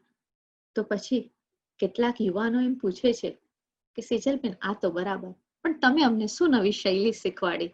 તો એ સ્કિલનો પણ અમે ધ્યાન રાખ્યું છે. આ સ્કિલ છે આપણી પત્રકારિતાના ક્ષેત્રને આપણે ખાસ સ્પર્શવાના છીએ, કારણ કે આપણે ત્યાં ઘણા જૈન સામાયિકો પ્રગટ થાય છે, છાપાઓમાં નિયમિત રીતે જૈન કોલમો લખાય છે. તો આ પત્રકારત્વનું ક્ષેત્ર શું છે, કઈ રીતે સામાયિકનું સંપાદન થાય, કોલમો કઈ રીતે લખાય, એક રિસર્ચ પેપર કઈ રીતે લખાય, આપણે જ્યારે કોન્ફરન્સમાં જઈએ ત્યારે પેપરની આખી રચના કઈ રીતે હોય, આ બધાની વાત કરતા કરતા યાદ કરો મહેશ ચંપકલાલની નાટકની વાતને. તો એ સંવાદને પણ અમે લખતા શીખવાડશું. તો આ સ્કિલની વાત પણ કરવી છે કે એક ચરિત્ર, અને એ ચરિત્ર ઉપર આપણે જો 20 મિનિટનું નાટક બનાવવું છે તો એનો સંવાદ કઈ રીતે લખશું, એ છાપામાં લખવું છે તો એનું ચરિત્ર લેખન કઈ રીતે થાય, અને મારે સામાયિકમાં એ જ લેખ લેવો છે તો હું કઈ રીતે લઈશ, અને મારે એ જ વાત એક પરિસંવાદમાં કરવી છે તો કઈ રીતે કરાય, કઈ રીતે આપણે પણ ભારતીબેન અને અભયભાઈ જેવું અને એમની કરતા પણ સરસ મજાનું પેપર તૈયાર કરી શકીએ, એ વાત આપણા ભારતીબેન અને અભયભાઈ શીખવાડશે કે આ સંશોધનના વિશ્વમાં કઈ રીતે પ્રવેશી શકાય. એની વાત આપણે સાથે કરવાના છીએ. કારણ કે જૈન પત્રકારિતાનો જે ઇતિહાસ છે ને બહુ જુદો ઇતિહાસ છે. જય ભિક્ષુથી લઈને આજે કુમારપાળ દેસાઈ છેલ્લા કેટલા વર્ષોથી એક કોલમ લખે છે, અને બીજી એવી કેટલી બધી કોલમો ચાલે છે, પરંતુ એક કોલમનો ઇતિહાસ ક્યાંય પૂર્ણ વિરામ ન પામે અને અવિરત એ ચાલતો રહે, એના માટે આપણે શોધવા પડશે જાત જાતના ચરિત્રો, અને એ ચરિત્રોનો પરિચય કરાવશે આપણને આ જૈન સાહિત્ય એકેડમી. એટલે અમે આપને લઈ જશું આપણા નજીકના જ સાવ ભૂતકાળમાં, સાવ નજીકનો ભૂતકાળ, એટલે કેટલાક ક્રાંતિકારી ચરિત્રોનો તમને પરિચય કરાવવો છે. એ કયા તો આપણે એમને જોયા છે, આપણે એમને જાણ્યા છીએ, અને બહુ નજીકના ભૂતકાળમાં થોડોક વધારે લાંબો હાથ કરીએ તો આમ સહજ સમજાઈ જાય એવા સંતપાલજી, કાનજી સ્વામી, શ્રીમદ, એ બધાની વાત કરતા જશું કે સંતપાલજીએ વળી રામાયણ કેવું લખ્યું, શ્રીમદે આત્મસિદ્ધિ શાસ્ત્રની કેવી વાત કરી, અને ચિત્રભાનુ જ્યારે મૈત્રી ભાવનું પવિત્ર ઝરણું લખે છે ત્યારે શું ભાવ છે એમાં કેવી વૈશ્વિકતાની ભાવ છે, અને કાનજી સ્વામી, અને એવા કેટલાય ચરિત્રોને આપણે સ્પર્શવાના છીએ. એ સ્પર્શતા સ્પર્શતા પછી એમ થયું, અરે પ્રશમરતી મહારાજ સાહેબ પોતાનો જ્યારે વિહાર કરે છે ત્યારે એ વિહાર વિશે પણ લખે છે, તો મારા કેટલાક ગુરુ ભગવંતોએ ડાયરી પણ લખી છે, અને મારા કેટલાક ગુરુ ભગવંતોએ પત્રો પણ લખ્યા છે. તો આ પત્રો, આ ડાયરીઓ, આ વિહારનો પ્રવાસ એ કેવો અલગ હશે, કારણ કે એમને તો ગિરિમાળાઓની વાત કરી છે. ભદ્રંકર વિજયજી મહારાજ સાહેબની ડાયરીઓ વાંચીએ છીએ ત્યારે તેમ થાય છે કે વાહ, આવી ડાયરી પણ લખી શકાય. આત્મકથાની વાત આપણે કરશું, બનારસી દાસની અર્ધકથાનકને સ્પર્શશું, જે હિન્દી સાહિત્યની માત્ર નહીં પરંતુ ભારતીય આત્મકથામાં પહેલું આત્મકથાનું સ્વરૂપ છે. વ્રજ ભાષામાં લખાય છે અર્ધકથાનક. અને અર્ધકથાનક કેમ તો કે 55 એમને ધાર્યું હતું કે 110 વર્ષનું આયુ હશે, અને 55મે વર્ષે આ વેપારી પોતાની આત્મકથા લખે છે. વેપારી વ્યક્તિ હતા અને જૈન હતા, અને એમને પોતાના જીવનમાં જે અનેક જાતના ચઢાવ ઉતાર જોયા, એને આધારે આત્મકથા એમને લખી અર્ધકથાનક. તો એની વાત પણ કરશું. તો યશો વિજયજીના પત્રોની વાત પણ કરશું કે પત્રો, જ્યારે આપણને ગાંધી બાપુના પત્રોમાં રસ પડે છે ને, તો યશો વિજયજીના પત્રોમાં પણ રસ પડવો જોઈએ, કારણ કે મનુષ્ય ચરિત્ર, રાષ્ટ્ર નિર્માણ અને માનવતાની વાતની સુગંધ આમાં છે. તો અહીંયા સુધી પહોંચ્યા. હવે એમ કહેશો તમે કે સેજલબેન તમે આ બધું તો બરાબર કીધું, પરંતુ તમે અમને તીર્થંકર ભગવાનના ચરિત્રની કોઈ વાત નથી કરવાના, એવું બને ખરું? જો અમે તીર્થંકર ભગવાનના ચરિત્રની વાત ન કરીએ તો કેમ ચાલે? પરંતુ બહુ સાચું, અમે તમને એમ કહીએ છીએ કે એ વાત આપણે થોડીક જ કરશું, કારણ કે એ વાતથી આપ પરિચિત પણ છો, અને એ વાત આપણને અનેક જગ્યાએ મળે પણ છે. એટલે અમે એ પરિચય તો કરાવશું, સાથે સાથે તમને મહાવીર પ્રભુનું, ઋષભ ભગવાનનું અને ગૌતમ સ્વામીનું ચરિત્ર તો શીખવાડશું જ, પણ આપણે કુંદકુંદાચાર્યના ચરિત્રને પણ થોડોક સ્પર્શ કરશું. અને આ બધાની વચ્ચે હજી એક બહુ મહત્વનો મુદ્દો છે, જે મને ફોન પર અનેક વાર પૂછવામાં આવ્યો છે કે સેજલબેન સાહિત્ય તો બરાબર, એ તો કલ્પનાની વાત છે. ના, સાહિત્ય એ જીવનની વાત છે, જીવનના ઇતિહાસની વાત છે, જીવનના અર્થશાસ્ત્રની વાત છે. એટલે આપણે મહાપ્રજ્ઞાજીનું, મહાવીરનું અર્થશાસ્ત્ર પણ ભણવાના છીએ. એ તો આપણે લેવું જ પડે, કારણ કે જો આપણે એમ કહેતા હોઈએ કે આમાં રાજનીતિ છે, કઈ રીતે એ કુમારપાળનો ઇતિહાસ પણ આપણે ભણવો પડે, તો જ આપણને ખબર પડે કે રાજાનો ગુરુનો સંબંધ કેવો હતો. મહાપ્રજ્ઞાજીનું જ્યારે આપણે મહાવીરનું અર્થશાસ્ત્ર વાંચીએ તો આપણને ખ્યાલ આવે કે પરિગ્રહ અને અપરિગ્રહ વચ્ચેનો ભેદ કેટલો જુદો છે. અને એ સમાજ વ્યવસ્થાની વાત પણ આપણા આ સિલેબસમાં સામેલ છે. એક બીજો બહુ મહત્વનો વિષય એટલે કે આપણો 10મો વિષય છે. આ 10મો વિષય છે આપણા કોષ વિશે. આપણે કહીએ છીએ અત્યારે ડિક્શનરીની વાત કરતા હોઈએ છીએ, પરંતુ આપને ખ્યાલ છે કે રાજેન્દ્ર કોષને જ્યારે આપણે જોઈએ ને તો આપણને ખ્યાલ આવે કે જમીનથી અંદાજે 4.5 ફૂટ ઉપર એ જ્યારે રાજેન્દ્ર કોષના બધા ભાગ મૂકવામાં આવે તો જમીનથી 4.5 ફૂટ ઉપર જેટલી એની ઊંચાઈ થાય છે. અને એક એક શબ્દના અનેકવિધ અર્થો. ચિંતા નહીં કરો, આપણે એટલું ઊંડાણમાં નથી જવાના, પરંતુ એ પરિચય મેં કહ્યું હતું ને કે 12 ને ટકોરા આપણે જરૂર પાડશું. તો એ રાજેન્દ્ર કોષથી લઈને આજે જે જૈન વિશ્વકોશની સંરચના થઈ રહી છે, આજે પણ ચાલી રહ્યો છે. જૈન વિશ્વકોશ ગયા વર્ષે ગયા પર્યુષણમાં 5મો ભાગ પ્રગટ થયો અને એનું કાર્ય હજી પણ ચાલી રહ્યું છે. તો એ જૈન વિશ્વકોશ જેમાં આખી એક સંકલ્પના મળે છે, આપણે ત્યાં જે બધી જ ટેકનિકલ ટર્મિનોલોજી છે એના અર્થો મળે છે, જે ઐતિહાસિક ચરિત્રો છે એની માહિતી મળે છે, સમાનાર્થી, વિરોધી, કૃદંત, સર્વનામ, સંજ્ઞા, માં પુલ્લિંગ, સ્ત્રીલિંગ એ બધાની જે માહિતી મળે છે એ બધાનો પણ સ્પર્શ કરાવશું, જેથી ક્યારેક તમે કોઈ પરિસંવાદમાં કોન્ફરન્સમાં ઉભા થઈને કહી શકો કે એન્સાયક્લોપીડિયાની વિભાવના છે ને અમારા રાજેન્દ્ર કોષમાં સૌથી પહેલા આવી હતી, પણ અમને એ રાજેન્દ્ર કોષ શું છે ખબર નહોતી. તો જોજો એકવાર તમને એનો પરિચય મળશે. અને આ રાજેન્દ્ર કોષ ઉપર તો બે સાધ્વી ભગવંતોએ પીએચડી કર્યું છે અને છતાં પણ ગુરુ ભગવાન કહે છે કે હજી આમાં ઘણું કામ કરવાનું બાકી છે. તો એ એન્સાયક્લોપીડિયા સુધી આપણે લઈ જશું. હા, 10 વિષયો પછી 2 વિષયો મેં ઓપ્શનલ મૂક્યા છે. ઓપ્શનલ એટલા માટે મૂક્યા છે કે એમાં તમને પસંદગીનો છૂટ છે. તમને ગમતી જૈન જ્યોતિષીની વાત ભણો અને તમે જૈન વિજ્ઞાનની વાત ભણો. પસંદગી પણ કટોકટીની છે અને તમને બહુ મજા આવશે આ પસંદગી કરતા.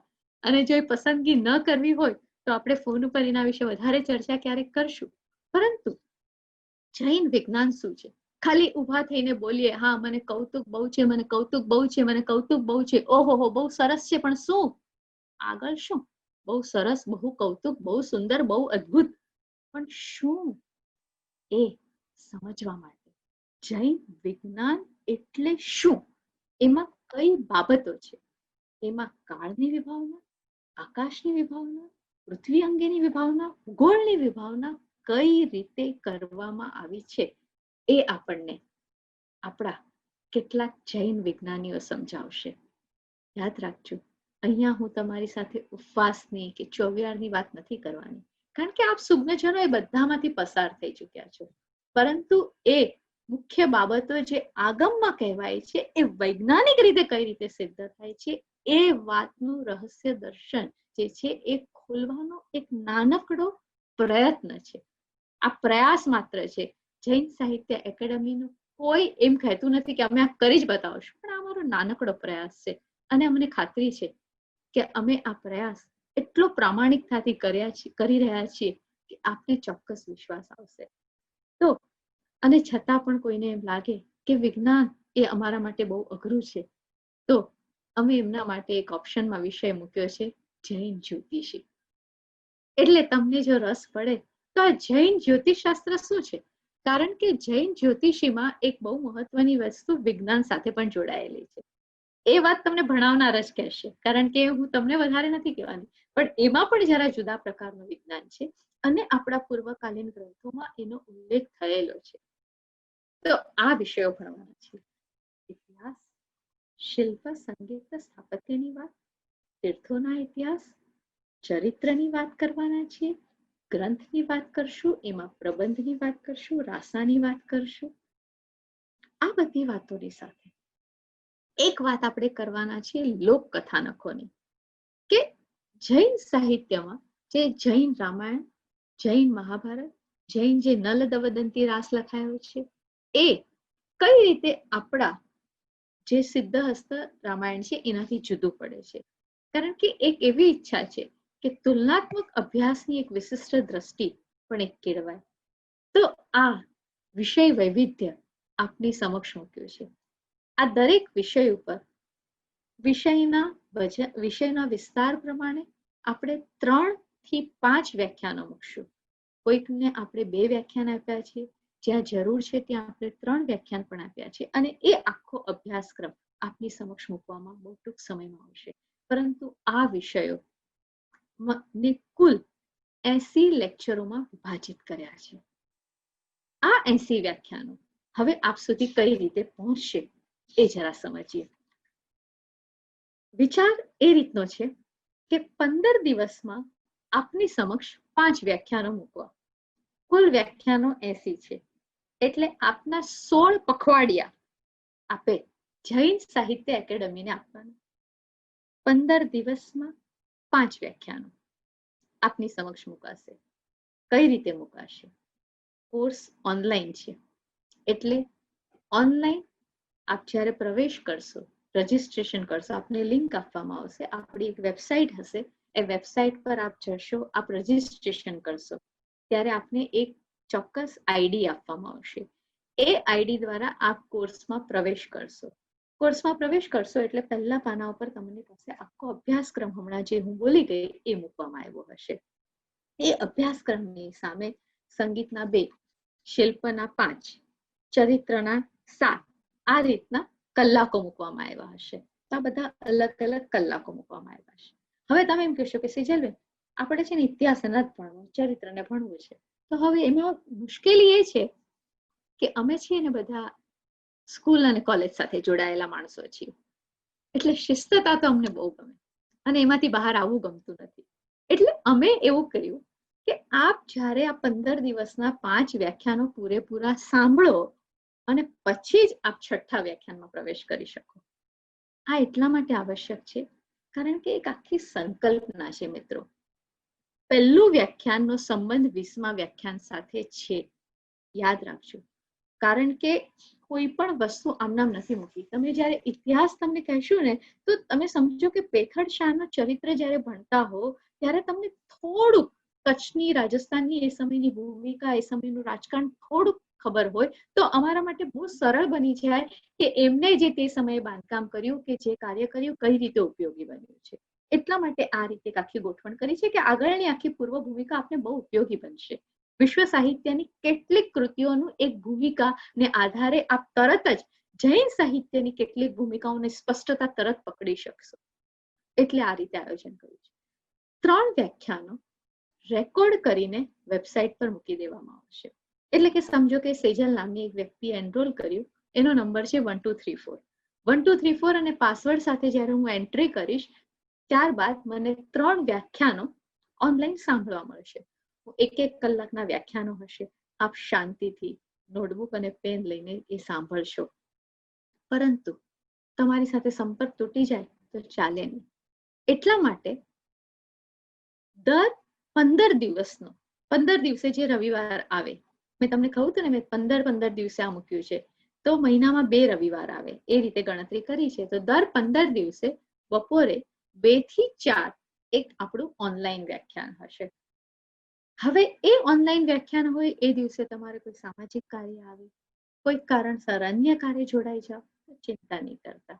એ ઓનલાઈન વ્યાખ્યાન એટલા માટે મૂક્યું છે કે આપણે જે 3 વ્યાખ્યાનો સાંભળ્યા છે એ વ્યાખ્યાનમાં કોઈ પ્રશ્ન આપને આવે અને આપને અન્ય કશું પૂછવું હોય તો આપણે ઓનલાઈન અત્યારે જે રીતે વાત કરીએ એ રીતે કરી શકીએ. પરંતુ મેં કહ્યું એ આપને કોઈ વિઘ્ન આવ્યું અને આપે ક્યાંય બહાર જવું પડે છે તો આપના માટે એક સદા ત્યાં ચેટ બોક્સ હશે. એ ચેટ બોક્સ પર આપ પ્રશ્ન મૂકશો એટલે 48 કલાકની અંદર એ પ્રશ્નનો આપને જવાબ આપવાની વ્યવસ્થા ઊભી કરવામાં આવી છે.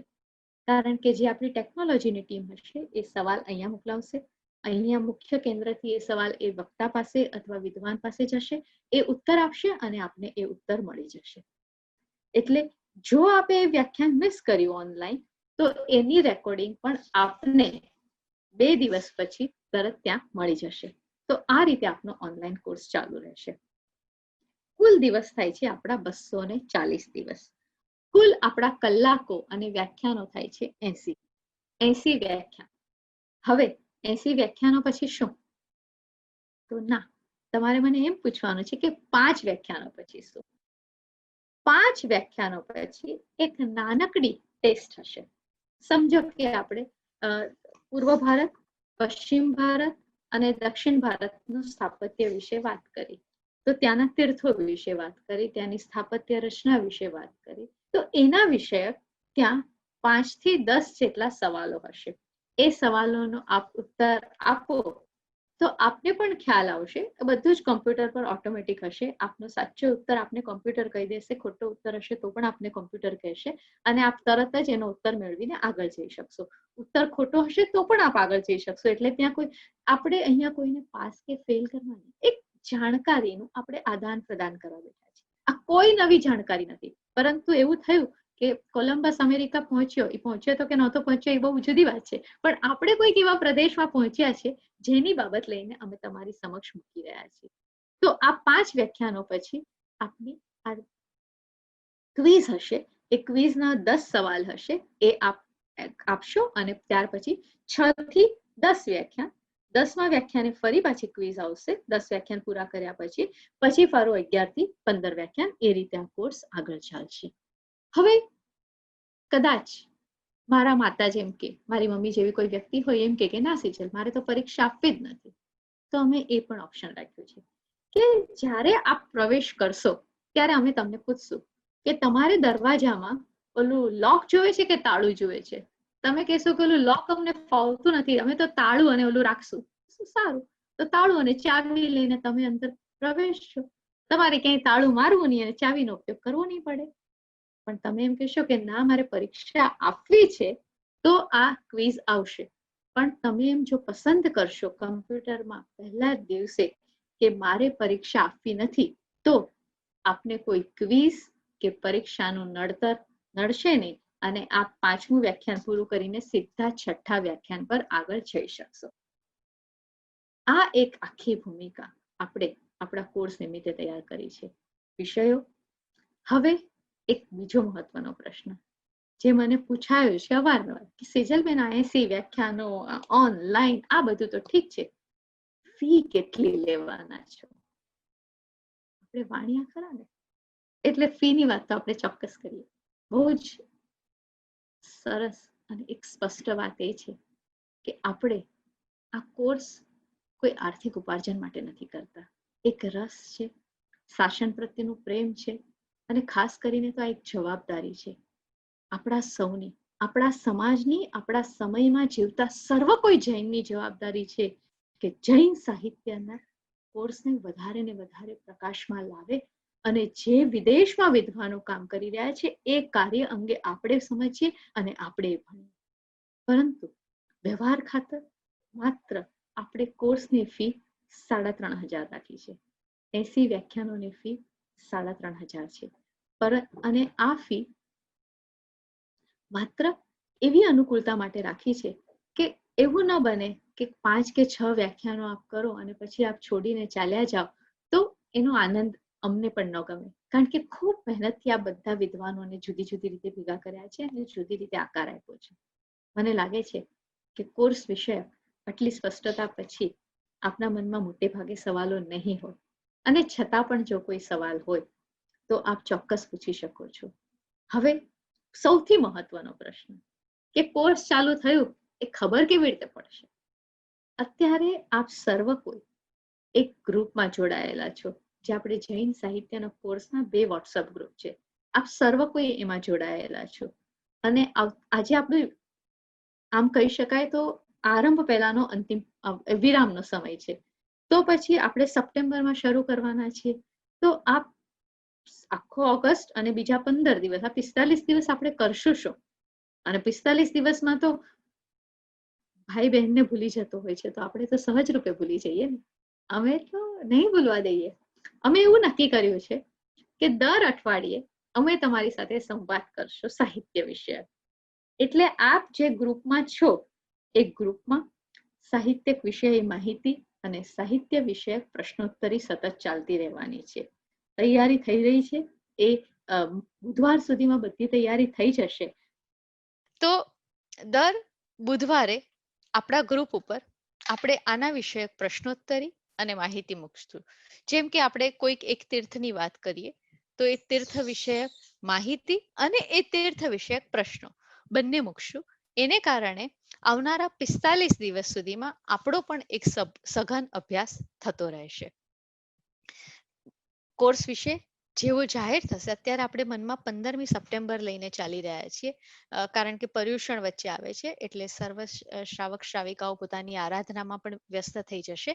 એટલે એના પછી આપણે થોડોક સમય આપશું બધાને, અને જેવું આપણે 15મી સપ્ટેમ્બરે આરંભ કરશું એટલે વેબસાઇટ, એ લિંક અને એના વિશેની બધી જ માહિતી આપને ગ્રુપમાં મૂકવામાં આવશે અને ત્યાંથી આપને નિયમિત રીતે ટેકનિકલ સ્ટાફ દ્વારા અને અમારા સૌ દ્વારા પૂરતો સપોર્ટ આપવામાં આવશે. હવે આ વિષયક અન્ય કોઈ સવાલ હોય તો એ આવકાર્ય છે. મને લાગે છે કે મેં મોટા ભાગની વાત સાહિત્યના આ કોર્સ વિશે કરી છે, અને મને લાગે એ પણ છે કે આપણે એક જે જુદા વિશ્વમાં પ્રવેશ્યા છીએ, એ પ્રવેશ પહેલાના આ 12 વ્યાખ્યાનો આપણા માટે એક આરંભિક ભૂમિકાના હતા. કારણ કે ઘણીવાર એવું થાય કે આપણે બહુ મોટી મોટી વાતો કરીએ અને આપણે જો કશું સિદ્ધ ન કરી શકીએ ને તો એનો કોઈ અર્થ નથી સરતો. એટલા માટે આ 12 વ્યાખ્યાનો એટલા માટે જરૂરી હતા જેથી આપને એક્ઝેક્ટલી ખ્યાલ આવે કે આપણે શું કરવા જઈ રહ્યા છીએ, આપણે શું ભણવા જઈ રહ્યા છીએ. કારણ કે માત્ર શ્રદ્ધાથી પૂરતું ચાલી શકાતું નથી. શ્રદ્ધા સાથે થોડો તર્ક અને થોડીક સાબિતી પણ જોઈએ છે. એ સાબિતી અમે આ 12 વ્યાખ્યાનોમાં આપી છે આપને, અને આશા છે કે આપ અમારી સાથે આ જોડાયેલા રહેશો. કારણ કે આ જૈન સાહિત્ય, ફરી એકવાર હું કહું છું, એટલું વિશાળ છે, એટલું અનુપમ છે, અને સૌથી મોટી વાત, જે અહિંસા, જે સત્ય, જે અનુકંપા, જે અપરિગ્રહની વાત આપણે કરીએ છીએ ને, એ સિદ્ધ અને સાબિત અનેક વાર થઈ છે. જે બાબત વાર્તાઓ દ્વારા, જે બાબત કથાઓ દ્વારા, જે બાબત ચરિત્રો દ્વારા આપણને આમ જ થતી જોવા મળે. અને આપણા આવનારા સંતાનોને, આપણા આવનારા જનરેશનોને શા માટે આપણે આખો દિવસ જેક એન્ડ જીલની વાત કરીએ? અરે ચાલો ને ક્યારેક કુમારપાળની વાર્તા સંભળાવીએ, ક્યારેક પેથળશાની વાર્તા સંભળાવીએ, અને શા માટે આપણે પણ આવા ભામશાની વાત કરીને એક ઉદાર હૃદય મનુષ્યની વાત ન કરીએ? રાણા પ્રતાપને જાણીએ ને ભામશાને ન જાણીએ? એવું તો કેવું આપણું. ચાલો આપણે પણ આપણી આ સંત સત્વ અને ચરિત્રતાને સાકાર કરવાનો એક ભાગ બનીએ. જે ગાઈએ છીએ, જે માણીએ છીએ, જે મંત્રોથી યાદ રાખ્યું છે, એને સમજણથી અંદર કેળવીએ અને એ આપણા રક્તનો એક ભાગ બને, એવી એક ઈચ્છા આ કોર્સ દ્વારા કરવાની છે. અને મારે વિશેષ તો હવે કશું કહેવાનું નથી, કારણ કે ઘણો સમય લીધો છે આજે. અને હવે આપણે આપણી મૂળ વાત પર આવીએ. મને એવું લાગે છે, ભારતીબેન આપ જો માઇક ઉપર હો તો આપણે એવું કરીએ કે આપણે સીકે મહેતા સાહેબ, દીપકભાઈ જે અત્યારે અવસરે વાત કરવાના છે, અને ઈલાબેનની વાત પહેલા લઈએ અને પછી ફિલ્મની વાત લઈએ. શું લાગે છે આપને? ડન, એકદમ બરાબર છે આપની વાત.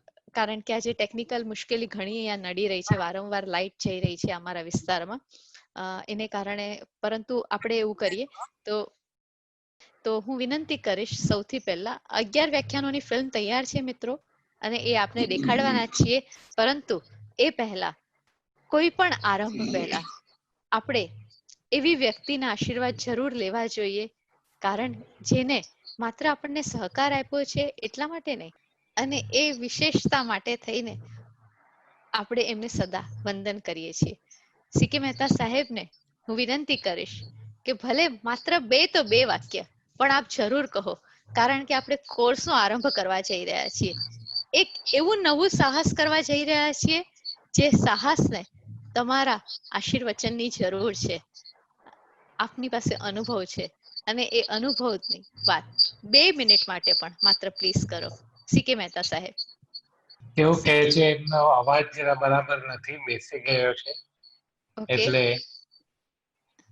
એમના આશીર્વાદ આપે છે આ પ્રોગ્રામની માટે. જી, એટલે એમના વતી હું કહું છું, દીપક છું. જી દીપકભાઈ, તો હવે હું આપને વિનંતી કરીશ કે આપ આ સમયે એક પ્રાસંગિક વાત રજૂ કરો. આદરણીય દીપકભાઈ મહેતા. આ છેલ્લા 11-12 વ્યાખ્યાનો જે સાંભળ્યા એમાં પ્રખર જ્ઞાનીઓ બધા જુદી જુદી વાત ડિરેક્શનની બધી વાત કરતા હતા. અને મેં જોયું કે શ્રોતાઓ પણ એટલા જ જ્ઞાની છે. અને આજે આ બધા જ્ઞાનીઓની સામે મારે કંઈ કહેવું તો મને થોડુંક એમ્બેરેસિંગ લાગે છે. એમ્બેરેસિંગ એટલા માટે લાગે છે કે આજે આપણે ગુજરાતી છીએ છતાંય સ્કૂલ કોલેજ બધે અંગ્રેજીમાં ભણ્યા, એટલે આજે વિચારો પણ અંગ્રેજી કરીએ છીએ. એટલે ગુજરાતી તરીકે ઓળખાણ કેવી રીતે આપીએ? અને જ્યારે ગુજરાતી તરીકે ઓળખાણ ના આપી શકીએ તો જૈન તરીકે ઓળખાણ કેવી રીતે આપીએ? અને આ વિચારોમાં જ્યારે સેજલબેન અહીંયા આવ્યા અને CK મહેતા સાહેબ સાથે વાત કરી અને આ પ્રોગ્રામનો એની ડિટેલની વાત કરી, ત્યારે મને ચોક્કસપણે લાગ્યું કે આ જૈન ધર્મ જ નહીં પણ એક જૈન વે ઓફ લિવિંગ એ આખું સમજાવશે. અને ત્યારથી એકાએક વિચાર થયો કે મારી જેમ કેટલા જૈનો આજે છે કે જેને જૈન એટલે ધર્મ કે દેરાસર એટલું જ લાગે છે, પણ જૈન વે ઓફ લિવિંગ તો એનો ખ્યાલ જ નથી. અમે નાનપણમાં શ્રીપાલ મહારાજનો રાજ સાંભળતા અને રાજ સાંભળતા સાંભળતા થોડાક સમય માટે અમે પણ વિચાર કરતા કે હું એ શ્રીપાલ મહારાજ છું. ધવલ શેઠ સાથે કેવી રીતે વર્તન કરે છે, કે ગુણ સુંદરી ને મહિના સુંદરી જ્યારે કહે છે કે આપ કર્મી ને બાપ કર્મી, તો એ આપણે કેવી રીતે કરશું. પણ જેમ જેમ મોટા થતા ગયા ત્યાર પછી જૈન તરીકે કેવી રીતે જીવવું, વર્તન કરવું એ ક્યાંય શીખાયું નહીં. અને જૈન તરીકે પ્રાઇડ શેમાં લેવી એ પણ ખ્યાલ ના આવ્યો. જ્યારે આજે આ છેલ્લા 12 વ્યાખ્યાનો સાંભળીએ ત્યારે ખ્યાલ આવે કે જૈન વ્યક્તિ ધર્મમાં જ નહીં પણ જીવનની દરેક વસ્તુઓમાં એક સૂક્ષ્મતાથી વિચાર કરતા થયા છે. પછી એ વિજ્ઞાન હોય કે કાવ્ય હોય કે ઇતિહાસ હોય, એ બધી વસ્તુમાં નોર્મલ લોકો કરતા જૈનો વધારે ને વધારે સૂક્ષ્મતાથી વિચાર કરીને એનો બહુ જ સુંદર એક રસ્તો, એક વિદ્વતા પહોંચ્યા છે. ત્યારે આ જ્યારે પ્રોગ્રામની વિચાર કર્યો, આ જે કોર્સનો વિચાર કર્યો, ત્યારે મેં સેજલબેનને કહ્યું કે તમે જેમ આ રેમન્ડ કહે છે કે અમે શૂટિંગ એવું કરીએ છીએ કે you become a complete man, એ રીતે મેં કહ્યું કે આ તમારો પ્રોગ્રામ કર્યા પછી પીપલ વિલ સે I have become a complete Jain. A complete Jain તરીકે કેવી રીતે રહેવું એ આ પ્રોગ્રામમાં એક જાણે કે શીખવાડી દે છે. જેમ આપણે ગોલ્ફ કે કંઈ રમવા જતા હોય એને આપણે જે કહીએ ને 15 કે 20 દિવસની પ્રેક્ટિસ કરાવે, એવી રીતે જૈન કેવી રીતનું થવું, આ 1 વર્ષનો તમારો કોર્સ બધાની માટે ઉપયોગ થશે. એટલે એક તો આજે ઓનલાઈન કરવાથી એક મોટામાં મોટો ફાયદો એ થાય છે કે આપણે આજે આપ નહીં માનો પણ 60 લાખ જૈનો આજે છે, અને એમાંથી 1.5 લાખ જૈન તો અમેરિકામાં છે, 30,000 જૈનો એક યુકેમાં છે. તો આજે ઓનલાઈન કરવાથી આપણે બધા જૈનને પહોંચી શકીએ એવી પોસિબિલિટી છે. અને બીજું મેં સેજલબેન પાસેથી જાણ્યું કે આપણે આ બધા પ્રોગ્રામો જે વ્યાખ્યાનો છે એને અમુક કેપ્સ્યુલ તરીકે કરતા રહીશું. એટલે એવું જરૂરી નથી કે આજે જેને ચાલુ કર્યું અને પછી એના મિત્ર વિચારીને કહ્યું કે હવે મારે જોઈન થવું છે, તો એની માટે પણ સેકન્ડ કેપ્સ્યુલમાં જોઈન થઈ શકે એ ટાઈપનું પણ ચાલુ રાખી શકાય. અને એટલે એવું જરૂરી નથી કે આજે જે જોઈન ન થયા હોય એ 1 વર્ષ સુધી જોઈન થઈ જ નહીં શકે. ત્રીજું, સેજલબેન સાથે એ પણ વાત કરી કે આપણો પહેલો પ્રયત્ન છે અને આપણે આવતા 5-10 વર્ષ સુધી તો ચોક્કસ ચાલુ રાખવું છે, પણ દરેક પ્રયત્નમાંથી આપણે શીખી અને શું વધારે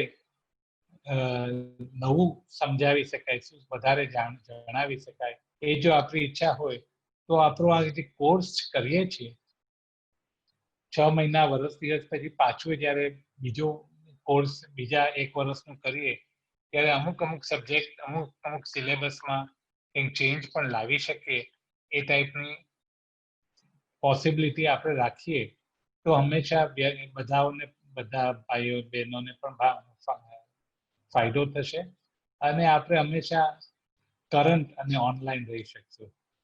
મને ઘણી જ ખાતરી છે કે આ પ્રોગ્રામ જેટલા જૈન ધર્મ પામી ગયેલા શ્રોતાઓ છે, જેમ આપ બધા છો, એમને જ નહીં પણ ઘણા બધા મારી જેવા જે હશે કે જૈન છે પણ જૈન રીતે કેવી રીતે જીવવું એ શીખવાની ઝંખના કરી રહ્યા છે, એ બધાને પણ આ પ્રોગ્રામ ઘણો જ ઉપયોગી થશે. ધન્યવાદ. બહુ જ મહત્વની વાત દીપકભાઈ આપે કહી. આપનો ખૂબ ખૂબ આભાર ફરી એકવાર. અને આપે બહુ સાચી વાત કહી કે જો આ કોર્સ આપ 15મી સપ્ટેમ્બરે ચૂકી જાઓ છો તો એના પછી એવું નથી કે આપ એને ફરી જોઈન્ટ નહીં કરી શકો. એના માટે અમે એવી વ્યવસ્થા રાખશું કે ફરી એક નેક્સ્ટ એન્ટ્રી પોઈન્ટ રાખશું એકાદ મહિનાની અંદર કે આપ એક નેક્સ્ટ એન્ટ્રી પોઈન્ટમાં ફરી પાછા એ કોર્સમાં જોડાઈ શકો. અને બીજી એમને જે મહત્વની વાત કરી છે કે આપણે રિવાઈવ કરતા રહેવું, એ તો બહુ સાચી વાત છે. સમયની સાથે આપણે ચોક્કસ આને રિવાઈવ કરતા રહેવાનો પ્રયત્ન કરશું અને એ આપણો સતત પ્રયત્ન રહેશે કે આપણા કોર્સમાં જોડાયેલી દરેક વ્યક્તિને જે જ્ઞાન મળશે એ જ્ઞાન માત્ર ઐતિહાસિક નહીં હોય, સર્વકાલીનથી લઈને આજ સુધીનું એ જ્ઞાન એટલું મહત્વનું હશે કે એ સર્વકાલીન જ્ઞાનનો આ ક્ષણે પણ આપ ઉપયોગ કરીને આપના જીવનને, આપના ચરિત્રને, આપના જ્ઞાનને, આપના દર્શનને વધારે સ્પષ્ટ, સુઘડ અને સુરેખ બનાવી શકશો. એની ખાતરી અમે આપીએ છીએ. કારણ કે અમે તો કોર્સને આકારિત કર્યો છે, પરંતુ આ કોર્સમાં જે જોડાવાના છે એવા થોડાક વિદ્વાનોનો પરિચય આપને મળી ગયો છે અને થોડાક વધુ વિદ્વાનોનો પરિચય આપને કોર્સ દરમિયાન મળવાનો છે. દિવસ રાત 8 ટ્રસ્ટીઓ માત્ર આ કોર્સ વિશે અનેક વાર વિચારતા હોય છે. દીપકભાઈ એમના વ્યસ્ત સમયમાંથી થોડો સમય કાઢીને થોડીક વાતો કહી જાય કે આની બદલે આમ કરજો, આ કેપ્સ્યુલની વાત છે ને, એમના મનનો એક વિચાર છે. એટલે એ હંમેશા કહેતા હોય કે તમે ધીમે ધીમે આવું બધું પણ કરતા રહેજો. તો ક્યારેક ક્યાંકથી બિપિનભાઈ આવીને વાત કરે, થોડીક બકુલભાઈ, યોગીનીબેન કે દિલીપભાઈ આવીને વાત કરે, અને ભારતીબેન, હું અને ઈલાબેન તો સતત એવી એક ટોળીમાં વાત કરતા હોઈએ કે આપણે આની બદલે આમ કરીએ તો.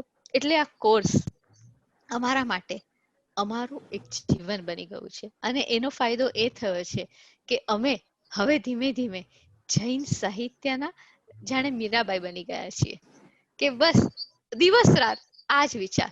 અને પછી જેવા અટકીએ એવું કુમારપાળભાઈ હોય, અભયભાઈ હોય, જીતુભાઈ હોય, બધા મેન્ટરોને જગાડીએ, અરે અમારે તો આની બદલે આમ કરવું છે.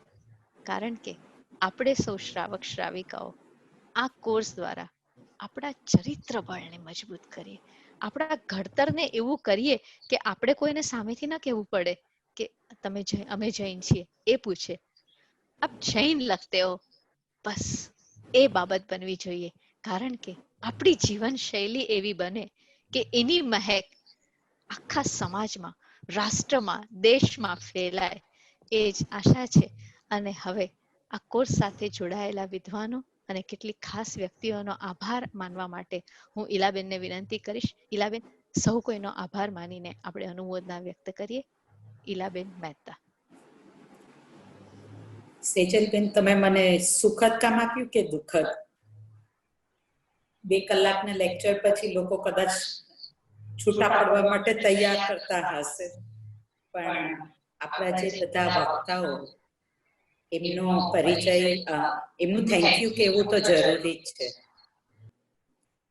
આ સાહિત્ય એકેડમી માટે આપણે જે ઇન્ટ્રોડક્ટરી લેક્ચરની શ્રેણીમાં સેજલબેન આપણે એકથી ચડ્યા હતા, સ્પીકર્સ અને સબ્જેક્ટ્સ લઈને આવ્યા. આપણે જૈનિઝમ માટે તો ઘણું બધું જાણીએ છીએ, જૈન ફિલોસોફી માટે તો ઘણું બધું જાણીએ જ છીએ, પણ જૈનના જે બીજા બધા વિવિધ પાસાઓ છે જે આજે તમે ઉજાગર કર્યા છે, એના માટે જે વિદ્વાનો તમે લઈ આવ્યા, આવું તો ખબર પણ નહોતી. અને આ બધાની સાંભળીને તમે જૈનના બીજા બધા પાસાઓને જાણકારી મેળવવા માટે તમે અમને બહુ લલચાવ્યા છે.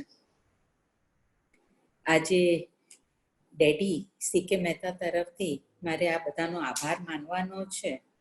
અને ફ્યુચરમાં આપણને એમનો લાભ ફરીવાર મળતો રહે એવી વિનંતી પણ કરવાની છે. દરેક વક્તાનો જશ માનીશ જ, પણ પ્રશ્નકર્તાઓનો પણ મારે થેન્ક યુ ખાસ કહેવું છે. કારણ કે દરેક પ્રશ્નકર્તાઓનું તો સૌથી મોટું કામ એ હતું કે છાશને વલોવીને માખણ કાઢવાનું.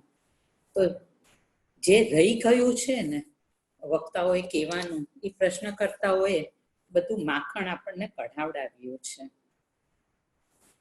સૌથી પહેલા આપણા વક્તા ડૉક્ટર જીતેન્દ્ર શાહ, અને એમના પ્રશ્નકર્તા હતા ડૉક્ટર અભયભાઈ દોશી.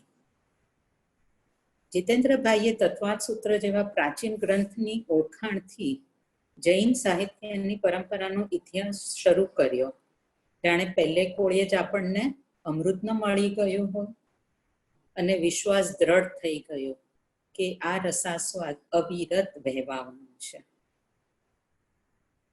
આપણા બીજા સ્પીકર હતા જોનીભાઈ શાહ. આપણો એક મહાન ગ્રંથ શાંત સુધારસ, એને અપનાવવા જેવી જે 12 ભાવનાઓ બતાવી છે, એને ગાયક કઈ રીતે ભાવનાપૂર્વક ગાઈ પણ શકે, અને સંગીતમાં ભક્તિ ઉમેરીએ તો જાણે એની પ્રાર્થના બની જાય, એ બતાવ્યું. એમના પ્રશ્નકર્તા હતા નીલુબેન. ત્રીજા આપણા વક્તા છે નરેશભાઈ. ડૉક્ટર નરેશભાઈ મહેતા આનંદગંજીના પદોનો મર્મ સમજાવતા આપણને આધ્યાત્મિકતાની પરાકાષ્ઠાએ લઈ ગયા અને બતાવ્યું કે મનુષ્ય અવતાર મોક્ષ માર્ગ સાધવા માટે જ મળ્યો છે, આપણે મોડું ના કરવું જોઈએ. અને પ્રશ્ન કરતા હતા ડૉક્ટર સેજલબેન. આપણા ચોથા સ્પીકર શ્રી મહેશભાઈ ચંપકલાલ. રોહિણીયા ચોરની વાર્તા આપણને કરી, કેટલી નાટ્યાત્મક, કેટલી ભાવાત્મક રીતે રજૂ કરી, અને આપણને બતાવ્યું કે ચોર લૂંટારા પણ જ્ઞાન પામીને પ્રબુદ્ધ થઈ શકે છે. આપણી માટે તો સ્કોપ છે જ. એમના પ્રશ્ન કરતા હતા ભાર્ગવભાઈ. પાંચમા ડૉક્ટર નિરંજન રાજ્યગુરુ. જૈન ભક્તિ કાવ્યોમાં સંગીતનું વૈવિધ્ય, સંત સમો એમનું વ્યક્તિત્વ અને પહાડી અવાજ, એમણે કેટલા કવિઓ અને એમની કૃતિઓ આપણી સમક્ષ રજૂ કરી અને આપણને રસ તરબોળ કરી દીધા. અને એમના પ્રશ્ન કરતા હતા ડૉક્ટર સેજલબેન. આપણા છઠ્ઠા સ્પીકર ડૉક્ટર લતાબેન બોથરા. પૂર્વ ભારતના જૈન સ્થાપત્યો, ભારતના પૂર્વ રાજ્યોથી છેક ચીન સુધીની સફર કરાવી. આપણા પ્રભુનો મહિમા ક્યાં ક્યાં સુધી ફેલાયો હતો એનું વર્ણન કરીને આપણને જાણે તીર્થયાત્રા જ કરાવી દીધી.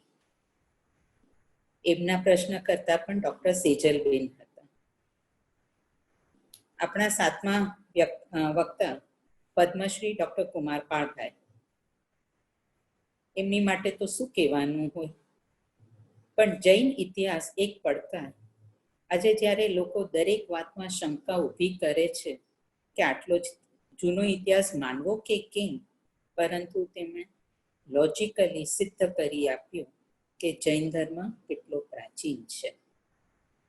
અને એમના પ્રશ્ન કરતા હતા ગુણવંતભાઈ ગરવાળિયા. આપણા આઠમા સ્પીકર રમઝાનભાઈ હસણિયા. એમણે મધ્યકાલીન જૈન ભક્તિ કાવ્યોને એટલા મધુર અને ભાવભીના અવાજે ગાયા કે આપણે જાણીતા અજાણ્યા ભક્તિ ગીતોના ભેદભાવની LOC જાણે ક્રોસ કરી ગયા. ડૉક્ટર સેજલબેને એમને ખૂબ જ સુંદર પ્રશ્ન પૂછીને ઘણું બધું માખણ તારવી લીધેલું. 9મા સ્પીકર આપણા ડોક્ટર રાજમલજી જૈન. એમણે કાલખંડ દ્વારા જૈન ધર્મ એટલે વિજ્ઞાન જ એવું સાબિત કર્યું. જ્યારે તર્ક અને પ્રૂફ મળે ત્યારે કોઈ એનો વિરોધ ના કરી શકે, એ આપણને શીખવી ગયા. અને ડોક્ટર બિપિનભાઈ દોશીએ એમને પ્રશ્ન કર્યા હતા. ડોક્ટર છાયાબેન, કેટલાય સૂત્રો આપણે ગાતા હશું, કદાચ કંઠસ્થ પણ હશે, પરંતુ એના અર્થોની જાણકારી મળી જાય અને એમાં કેવી રીતે ભાવ વિભોર થવું, એ તો કોઈ છાયાબેન જ આપણને શીખવાડે. અને ડોક્ટર અભયભાઈ દોશીએ એમના પ્રશ્ન કરતા હતા. આપણા છેલ્લા વક્તા વલ્લભભાઈ ભણસાલી, સાહિત્ય જે સત્ય તરફ લઈ જાય. એમણે કેટલાય શાસ્ત્રોનો ઉલ્લેખ કર્યો, એમાં રહેલા સત્ય તરફ ઈશારો કર્યો અને છેવટે સમજદારો કો ઈશારા કાફી હૈ, એ રીતે આપણને શાસ્ત્ર અભ્યાસ કરવા માટે લલચાવ્યા. જૈન એટલે શું? કશાય રહિત થવું અને માધ્યસ્થાની દુર્લભતા સમજવી. આ એમણે ખૂબ મોટો આપણને સંદેશો આપ્યો છે.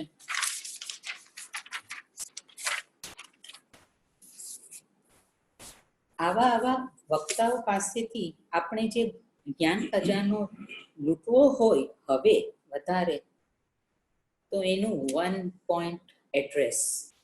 સેજલબેન, આપણે એમને પકડવા રહ્યા. સેજલબેનને છોડશું નહીં. સેજલબેન, તમને સુપ્રત માઇક. ઈલાબેન, આપનો ખૂબ ખૂબ આભાર. ખૂબ વિસ્તારથી આપે એક એક વ્યક્તિને યાદ કરીને જે રીતે આભાર માન્યો છે, આપનો પણ ખરેખર હું આભાર માનું છું. કારણ કે આ દિવસો દરમિયાન આપે પણ અનેક રીતે અમારી સાથે રહીને સહાય કરી છે. હવે સમયને કારણે આપણે બે વસ્તુ કરીએ છીએ. હું એકવાર સહુ કોઈ મિત્રોનો આભાર માની લઉં, ત્યાર પછી મીટિંગ હું એન્ડ નહીં કરું. આપણે સૌથી પહેલા અહીંયા પાર્ટિસિપેન્ટનો વિડીયો પ્લે કરીશ અને ત્યાર પછી આપણે જે ફિલ્મ 11 વ્યાખ્યાનોની સફર મૂકવા માંગીએ છીએ એ પ્લે કરશું. પહેલા પાર્ટિસિપેન્ટનો વિડીયો એટલા માટે મૂકીએ છીએ કારણ કે 11 વ્યાખ્યાનોની ફિલ્મની સફર તો આપ યુટ્યુબ પર પણ જોઈ શકશો, તો થોડીક સિક્વન્સ સમયને કારણે બદલાવી છે. પણ ફરી એકવાર છૂટા પડતા પહેલા આ કોર્સનો આરંભ આપણે 15મી સપ્ટેમ્બરે કરી રહ્યા છીએ. કોર્સ વિશે પ્રત્યેક માહિતી, એનું બ્રોશર, એના વિશેની માહિતી, એના ફી બાબત, કોઈ પણ બાબત આપ ગ્રુપમાં અથવા મને અંગતપણે પૂછી શકો છો. આપણે ગ્રુપમાં જૈન સાહિત્યની એક વોટ્સઅપ શિબિર જેવું ચાલુ રાખશું, જેથી 1.5 મહિના દરમિયાન આપણી વચ્ચે બહુ મોટો વિરામ ન આવી જાય. અને અંતે આ 12 વ્યાખ્યાનોની શ્રેણી દરમિયાન અનેક સહાયો પ્રાપ્ત થઈ છે ચારે તરફથી. સૌથી પહેલા કે જે સોમૈયા કોલેજના ડાયરેક્ટર શુદ્ધાત્મા પ્રકાશ જૈનનો આભાર માનું છું કે તેઓ આપણી સાથે આ પ્રથમ અમારે સર્ટિફિકેટ ક્રેશ કોર્સ જેવું હતું અને જોડાયા અમારી સાથે, એટલે એમના ડાયરેક્ટરનો અને સંસ્થાનો આભાર માનું છું. ત્યારબાદ સૌથી મહત્વના આપ પ્રબુદ્ધ અમારા શ્રોતાઓ, અમારા ચાહકો, અમારા શ્રાવક શ્રાવિકાઓ, આપ સૌનો આભાર માનું છું. કારણ કે આપે જ આ બળ આપ્યું છે અમને સાહસ કરવાનો. વિશ્વાસ કરજો, જૈન સાહિત્યની ભૂમિકા પર ઉભા રહીને વાત કરવી એ અમારા પોતાના માટે પણ એક પડકાર હતો. અને અમે ઓક્ટોબર મહિનાથી આનું મંથન કરી રહ્યા હતા. પરંતુ છેવટે જ્યારે ઝંપલાવ્યું અને ત્યારે એમ થયું કે આ રત્નોની ખાણમાં તો તમને પણ રસ પડ્યો છે. અને એના માટે સૌથી વધારે હું આપ સૌનો આભાર માનું છું. હું એ મિત્રોનો પણ ખાસ આભાર માનું છું જેમનો વિડીયો આપ હમણાં થોડી વારમાં જોવાના છો, કારણ કે આપે આ વિડીયો તરત જ એક દિવસના અંતરાળમાં અમને તૈયાર કરીને આપ્યો. હું એ ઉપરાંત આભાર માનવા માંગુ છું યુટ્યુબ પર આપણા દરેક વ્યાખ્યાનોને સુંદર રીતે આકારિત કરી આપનાર અમારા ભારતીબેન મહેતાનો, જેમને બધા જ વ્યાખ્યાનોના રેકોર્ડિંગને સુંદર રીતે ફરી પાછા યુટ્યુબ પર મૂકી આપ્યા. હું આભાર માનું છું એ દરેક ટેકનિકલ વ્યક્તિનો જે અમારા ઘરની જ વ્યક્તિ છે. અમારે કોઈ ટેકનિકલ સ્ટાફ નથી, પણ એ અમારા ઘરના, અમારા પરિવારના જ સભ્યો છે, જે ક્યારેક અમને દરેક રીતે મદદ કરે, મ્યુટ કરે, વિડીયો ઓફ કરે, આ કરે તે કરે. એના બધા જ અમારા સૌના પરિવારના સભ્યો છે, એ સૌનો હું આભાર માનું છું. હું આભાર ઈલાબેને માન્યો છે, એટલે વક્તાઓ અને પ્રશ્નકર્તાઓ ઉપરાંત અમારા જે એડમિનિસ્ટ્રેટિવ કાર્યમાં અમને સતત મદદરૂપ થનાર મુકેશભાઈ, રચનાબેન, ગીતાબેન અને ભાવિનભાઈનો આભાર માનું છું, જેમને અનેક નાની મોટી અમને સહાય કરી છે. હું આભાર સમગ્ર જૈન શાસનના એ આચાર્યોનો માનું છું, એમની અનુમોદના કરું છું, એમને વંદન કરું છું કે તેમના લખેલા ખજાના સુધી અમને પહોંચાડ્યા એ લોકોએ, અને એ પહોંચાડવા માટે અમારા પથદર્શક બનનારા અમારા સર્વ મેન્ટરોને પણ હું આગળ યાદ કરું છું. અને હવે આપણે વિરમીએ છીએ. આવતા શુક્ર અને શનિવારે તમે સર્વ અમને ખૂબ યાદ આવવાના છો. એક ખાલીપો વર્તાય છે, એમ થાય છે કે શું કરશું, પણ અમે શક્તિ ભેગી કરી રહ્યા છીએ ફરી પાછા એક નવી આરંભ કરવા માટેની. તો ત્યાં સુધી વોટ્સઅપ પર શિબિર ચાલુ રાખીએ છીએ. અને હવે હું પાર્ટિસિપન્ટોના વિડીયોને શેર કરું છું. સર્વ ટ્રસ્ટીગણો, અમારા પ્રેરણા સ્ત્રોત સીકે મહેતા સાહેબ, દીપકભાઈ મહેતા, ઈલાબેન મહેતા, ભારતીબેન મહેતા, બિપિનભાઈ દોશી, દિલીપભાઈ શાહ, યોગીનીબેન શેઠ અને બકુલભાઈ ગાંધી વતી આપ સર્વને વંદન. જય જિનેન્દ્ર. આ 12 વ્યાખ્યાનો દરમિયાન ક્યાંય પણ કોઈ પણ કારણસર આપના હૃદયને જો જરા પણ દુઃખ પહોંચાડાયું હોય તો હું આપ સર્વની માફી માંગુ છું. મિચ્છામી દુક્કડમ. અહીં વિરમીએ છીએ. આપની ધીરજ માટે, આપના સહકાર માટે ખૂબ ખૂબ આભાર. ફરી પાછા મળીએ છીએ સપ્ટેમ્બર મહિનામાં. અને ગ્રુપ ઉપર આ જે આપણે પ્રાથમિકા કોર્સ ગ્રો કર્યો છે એની લિંક મૂકવામાં આવશે. એ લિંક આપ ભરશો એટલે આપના મેલ આઈડી ઉપર આપનું સર્ટિફિકેટ આવી જશે. ખૂબ ખૂબ આભાર. અસ્તુ.